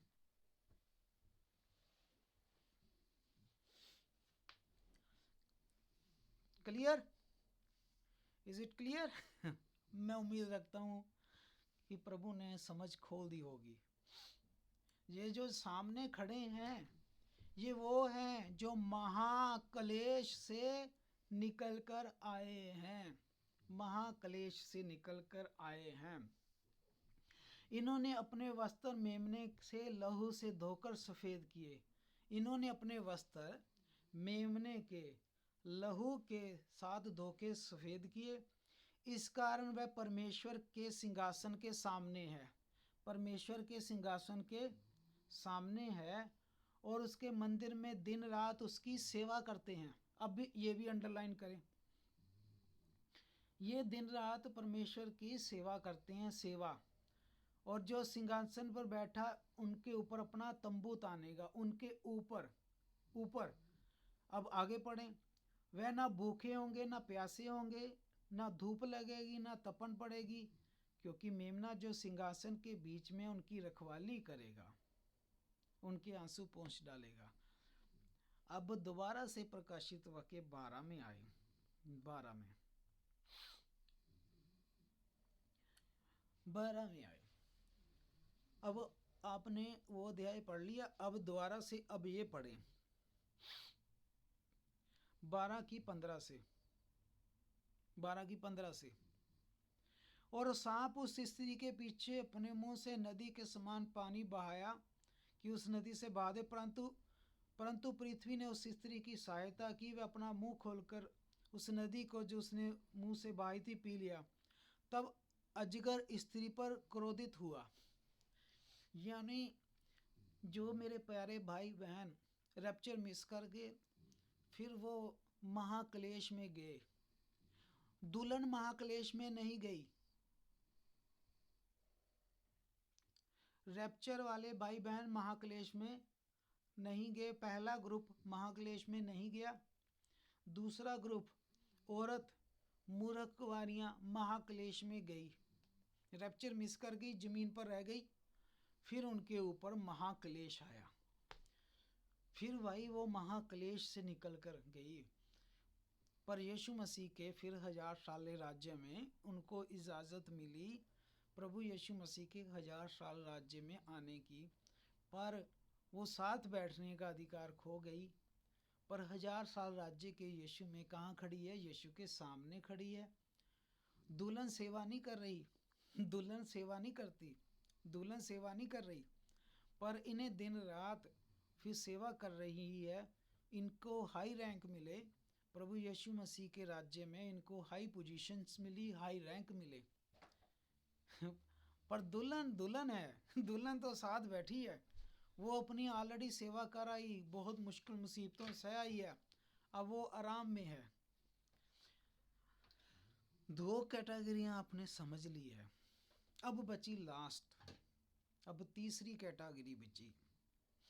अब शैतान ने इधर भी जोर लगा लिया। चलो, प्रभु ने पृथ्वी को इस्तेमाल किया। लिखा है पृथ्वी ने अपना मुंह खोला और सारा निगल लिया। चलो, शैतान कहता है भाई ये भी निकल गए। अब शैतान के पास और कौन बचे? दिमाग लगाएं आप। रैप्चर वाले चले गए। मूर्ख कुंवारियां पर भी उसने पूरा जोर लगाया, सताया, मारा पीटा, बहुत सारे कुर्बान किया। पर मूर्ख कुंवारियों को अकल आ गई कि रैप्चर मिस कर गए हैं, अब मरना भी पड़े, हमें मुक्ति के लिए, प्रभु के घर राज्य के लिए, 1000 साल राज्य में शामिल होना है, तो हमें कुर्बान होना पड़ेगा। शैतान इनसे भी हार गया। और यस भाई, जोशुआ ने डाल दिया बिल्कुल सही जवाब भाई। अब तीसरी कैटेगरी बची 1,44,000। अब शैतान ने मुंह किधर घुमाया, देखें, क्योंकि उधर एलिया और मूसा प्रचार कर रहे हैं इजराइल में कि यीशु मसीह परमेश्वर है। अब देखिए शैतान किधर घूमा, अगली आयत से शुरू कर दें आप। और उसकी शेष संतान, अब शेष संतान बची कौन भाई? यहूदी। शेष संतान, अजगर किधर मुंह घुमा गया? शेष संतान। कौन है शेष संतान? यहूदी। अब उसकी शेष संतान जो पर, अब देखना आगे आपको क्लियर हो जाएगा। जो शेष संतान, ये संतान ऐसी है, अब जो औरत थी उसके पास नया नियम पुराना नियम 12 चेलों की तालीम है भाई। बच्चा है वो वचन से पैदा हुआ। आपने बच्चे की शिक्षा, औरत की शिक्षा देखी है। बच्चा वचन से पैदा हुआ, वचन परमेश्वर है। औरत सूरज चांद पुराना नियम नवा नियम 12 चेलों की तालीम वाली है, वो भी आपने देख लिया। अब तीसरी कैटेगरी के पास क्या है? परमेश्वर का लॉ। हालेलुया। ये तीसरी कैटेगरी के पास लॉ है। अब ना तो बच्चा लॉ से बचा, ना औरत लॉ से बची, शरा से। बच्चा भी शरा से नहीं बचा, औरत भी शरा से नहीं बची। बच्चा किससे बचा है? बच्चा बचा है अनुग्रह से, विश्वास से। औरत किससे बची है? विश्वास अनुग्रह से। अब तीसरी कैटेगरी के पास लॉ है, पर लॉ शरा तो नहीं बचाती ना। पर ये कैटेगरी ऐसी है, इसके पास शरा भी है और एक चीज और है। पूरा पढ़ें आप, पूरा। और जो शेष संतान सी जो परमेश्वर की आज्ञाओं को मानते और यीशु की गवाही देने पर स्थिर है। ये दुनिया में ऐसी कौन सी कैटेगरी है जिसके पास लॉ भी है, शरा भी है और यीशु को भी मानती है? तो आपने सुना होगा मसैनिक ज्यूस। मसैनिक ज्यूस एक शब्द सुना होगा, आपने गूगल पे डाल लेना, मसैनिक ज्यूस। दुनिया भर में कुछ यहूदी ऐसे उठ रहे हैं जिनकी समझ खुली है, वो प्रचार कर रहे हैं, यहूदी हैं, लेकिन वो प्रचार यीशु का कर रहे हैं। उन्होंने भी चर्च बनाए हैं, है यहूदी है वो, लेकिन वो ये मान गए हैं कि यीशु मसीह ही मसाया है हमारा, है यहूदी है। उन्हें बोला जाता है मसैनिक ज्यूस। उनका शब्द है मसैनिक ज्यूस, यानी है यहूदी, लेकिन वो कन्फेस कर गए कि वाकई ही यीशु मसीह ही हमारा मसाया था जो आया था। तो ये वो कैटेगरी है यहूदी जिनके पास शरा भी है मूसा की, पर ये प्रभु यीशु मसीह को भी मान गए कि प्रभु यीशु मसीह ही मसाया है, जैसा हम मान गए हैं। अब देखिए शैतान देखिए किन किन के पीछे पड़ा हुआ है, जिनके पास यीशु है। इन 1,44,000 के पास जब अकेली आज्ञाएं थी, लॉ था, शैतान इनके पीछे नहीं था, क्योंकि उसे पता था कि शरा से कोई नहीं बच सकता। इसलिए शैतान इनके पीछे नहीं था पहले। जब इनके पास देखिए प्रभु यीशु मसीह आया, शैतान इनका भी दुश्मन बन गया। अब तीसरा शैतान इनके पीछे पड़ा 1,44,000 के। अब देखें, आप पूरा पढ़ लेते हैं। जो शेष संतान से जो परमेश्वर की आज्ञाओं को मानते और इनके पास है दो टीचिंग है ना इनके पास। औरत के पास क्या थी? पुराना नियम नया नियम 12 चेलों की तालीम, तीन टीचिंग्स। बच्चा वचन से पैदा हुआ, बात ही खत्म, वचन परमेश्वर है। पर ये लोगों के पास परमेश्वर की आज्ञाएं भी हैं, लॉ भी है, शरा भी है मूसा की। दूसरा, ये यीशु की गवाही देने पर स्थिर है। ये कहते हैं कि हाँ भाई यीशु मसीह ही हमारा मसाया है। तो वो लड़ने को गया, शैतान अब इनसे लड़ने को गया। तब तक एलिया और मूसा ने 3.5 साल में वचन सुनाए होता है कि यीशु मसीह मसाया है, 1,44,000 ने तौबा कर ली होती है। और जो पवित्र आत्मा ने अन्य जातियों की दुल्हन पर मोहर लगाई थी, वही पवित्र आत्मा इन 1,44,000 पर मोहर लगा देगा। प्रभु आप सबको बहुत सारी आशीष बरकत दे। और मैं विश्वास करता हूँ कि आज हमने ये गहराई वाला वचन प्रभु का हमने समझा। अगर कुछ अभी भी आप दिक्कत है तो मैं फिर कहता हूँ कि मैं नहीं होता किसी को परमेश्वर का ये प्रकाशन समझाने वाला, मैं नहीं होता आपको ये परमेश्वर का इतना महान, इतना बड़ा भेद भरा प्रकाशन आपको देने वाला, वो मैं नहीं हूँ। मैं एक बर्तन हूँ जो प्रभु मुझे इस्तेमाल कर रहा है।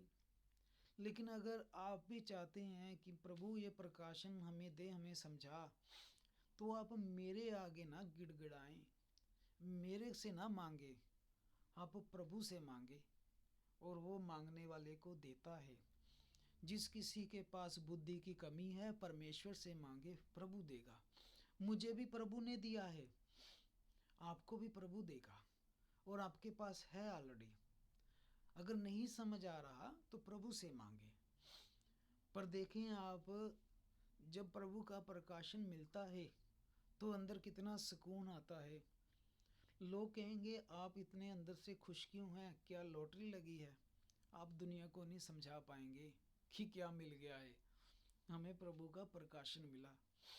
और देखिए, ये 12 अध्याय दुनिया के बड़े बड़े स्कॉलरों ने पढ़ा पर उन्हें समझ नहीं आया, क्योंकि प्रभु ने कहा तूने ये बातें ज्ञानियों से छुपाकर बच्चों पर खोली है। हालेलुया।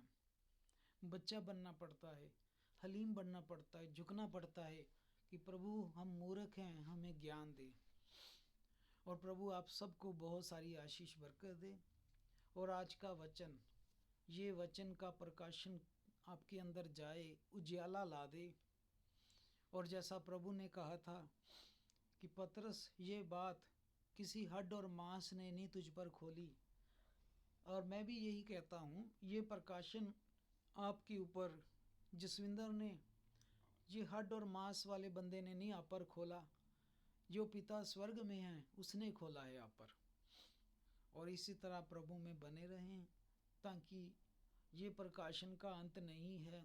आप जितना अंदर जाएंगे उतना ही और मिलेगा आपको।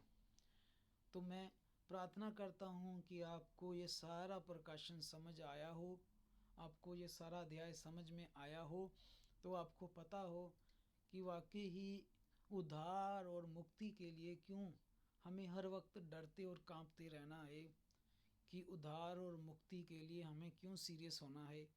और हमने आज सारा देख लिया कि रैप्चर वाले कौन हैं, रैप्चर मिस करने वाले कौन हैं, यहूदी कौन है। और आज हमने 12 अध्याय प्रभु के अनुग्रह से सारा स्टडी किया और हमें सबको सारा अध्याय समझ में आया है। प्रभु आप सबको आशीष बरकत दे। भाई जोशुआ, हाँ, जैसा वो चाहते हैं कि जो भी भाई बहन प्रार्थना जिसको भी वो चाहते हैं, तो भाई जोशुआ के हाथों में देते हैं ये अगली सभा। तो भाई जोशुआ जिसे चाहें उनसे आखिरी प्रार्थना करवा सकते हैं। प्रभु आशीष दे, बरकत दे। आमीन। प्रभु आपको बहुत सारी आशीष और बहुत सारी बुद्धि की बरसात करे। खुदाबंद आपको बुलंद उस मुकाम पर पहुंचाए। मेरे भाई, जैसे आपने प्रकाशन प्रभु का खोला है, क्योंकि खोलने वाला तो प्रभु ही होता है, लेकिन हम बर्तन हैं जो प्रभु इस्तेमाल करता है। प्रभु आपको बहुत सारी आशीष और बरकत दे। इस प्रकाशन के लिए हमें वो बातें आज समझ आई जिसको हम पढ़ते तो थे लेकिन समझे नहीं थे। आज हम समझ चुके हैं प्रभु के उस प्लान को जो प्रभु ने हमारे लिए रखा है। प्रभु आपकी महिमा हो, स्तुति हो, बड़ाई हो। हमारे भाई को और आशीष और बरकत दो प्रभु जी, अपने कलाम में और बढ़ाएं और इस्तेमाल करें प्रभु जी, आप अपने राज्य के लिए। मांगते हैं प्रभु के जलाली नाम में, अब हम किसी भी भाई बहन को जिसका भी आत्मा गवाही कर रहा है वो दुआ कर सकता है। धन्यवाद उस खुदावन खुदा प्रभु जी, मैं आपको धन्यवाद देती हूँ प्रभु जी। प्रभु जी अपने पूरे मन से प्रभु जी थरथराते हुए, डरते हुए प्रभु जी, कांपते हुए प्रभु जी आपके शरण में आती हूँ प्रभु जी। सच में प्रभु जी आपने अपने वचन दिया प्रभु जी, सच में वचन आप ही हैं खुदावन खुदा प्रभु जी। और ये वचन को खोलने वाले भी प्रभु जी, अपने वेदों का प्रकाशन देने वाले भी खुदावन खुदा आप ही हैं प्रभु जी। मैं आपको दिल से शुक्रिया अदा करती हूँ प्रभु जी। हालेलुया। हम नालायक थे प्रभु जी, हम निकम्मे थे प्रभु जी, हम मूर्ख थे प्रभु जी। हम जैसे मूर्ख को प्रभु जी आपने चुना प्रभु जी, अपना वेद हमारे ऊपर खोला प्रभु जी। मैं आपको दिल से धन्यवाद देती हूँ प्रभु जी। ओ खुदावन खुदा प्रभु, आप ही की स्तुति हो, आप ही की आराधना हो प्रभु जी। उद्धार और मुक्ति खुदावन खुदा आप ही में है प्रभु जी। हालेलुया। ओ खुदावन खुदा, दूसरा कोई नाम नहीं है प्रभु जी, सिर्फ यीशु नाम खुदावन खुदा आप ही की स्तुति हो प्रभु जी। आप ही में उद्धार है प्रभु जी। हालेलुया। खुदावन खुदा, खुदा हमें और बढ़ाए प्रभु जी, और प्रभु जी अपने कलाम में बढ़ाए प्रभु जी। खुदावन खुदा प्रभु जी, आपने हमें चुना प्रभु जी इस वचन के लिए प्रभु जी, हमारे कानों को खोला प्रभु जी। ओ खुदावन खुदा, हमारे हृदय का खतना किया प्रभु जी। मैं आपको धन्यवाद देती हूँ प्रभु जी। हालेलुया। जैसे हमने प्रार्थना किया था प्रभु जी, ओ खुदावन खुदा हमें वैसा दिया प्रभु जी, जो हमने मांगा था वो हमने पाया खुदावन खुदा, क्योंकि हमारे दुआ को सुनने वाले खुदा आप हैं प्रभु जी। खुदावन खुदा अपने सरगर्मी में प्रभु हमें और बढ़ाए प्रभु जी। हालेलुया। वो मूर्ख कुंवारी ना हो प्रभु जी, हम वो समझदार कुंवारी होने पाए प्रभु जी। हालेलुया। ओ खुदावन खुदा, ओ प्रभु हमें उस लायक बनाए प्रभु जी। ओ खुदावन खुदा प्रभु जी, आप ही की स्तुति हो, आप ही की महिमा हो प्रभु जी। हालेलुया। कि हम आपके राज्य में प्रभु जी खड़े होने के लायक हो सके प्रभु जी। हालेलुया। खुदावन खुदा, ओ प्रभु आप ही की दुल्हन, आप प्रभु जी, आपने हमें अपनी दुल्हन कहा प्रभु जी। हालेलुया। प्रभु हमें अपने वचन के श्रृंगार से प्रभु जी भर दे प्रभु जी। हालेलुया। प्रभु जी खुदावन खुदा में तैयार करे प्रभु जी, और तैयार करे प्रभु जी। हालेलुया। खुदावन खुदा, मैं आपको धन्यवाद देती हूँ प्रभु जी। और प्रभु हमें ताकत दे, वो बल दे प्रभु जी, वो हथियार दे प्रभु जी, ताकि हम वो अंधकार के ताकत से प्रभु, कोई मांस और प्रभु हड्डी से नहीं प्रभु जी, हम वो अंधकार के ताकत से लड़ सके प्रभु जी। हालेलुया। प्रभु वो विश्वास का ढाल दे प्रभु जी। ओ खुदावन खुदा प्रभु, वचन की तलवार दे प्रभु जी, आशा का टोप दे प्रभु, मेल मिलाप का जूता दे प्रभु जी। हालेलुया। खुदावन खुदा, मैं आपसे मांगती हूँ प्रभु जी। हालेलुया। क्योंकि प्रभु जी आपने कहा है, मांगो तो तुम्हें मिलेगा। हालेलुया। खटखटाओ तो तुम्हारे लिए खोला जाएगा, ढूंढो तो तुम पाओगे प्रभु जी। हम आप ही के राज्य को ढूंढते हैं प्रभु जी, हम कोई दुनियावी चीज नहीं चाहते प्रभु,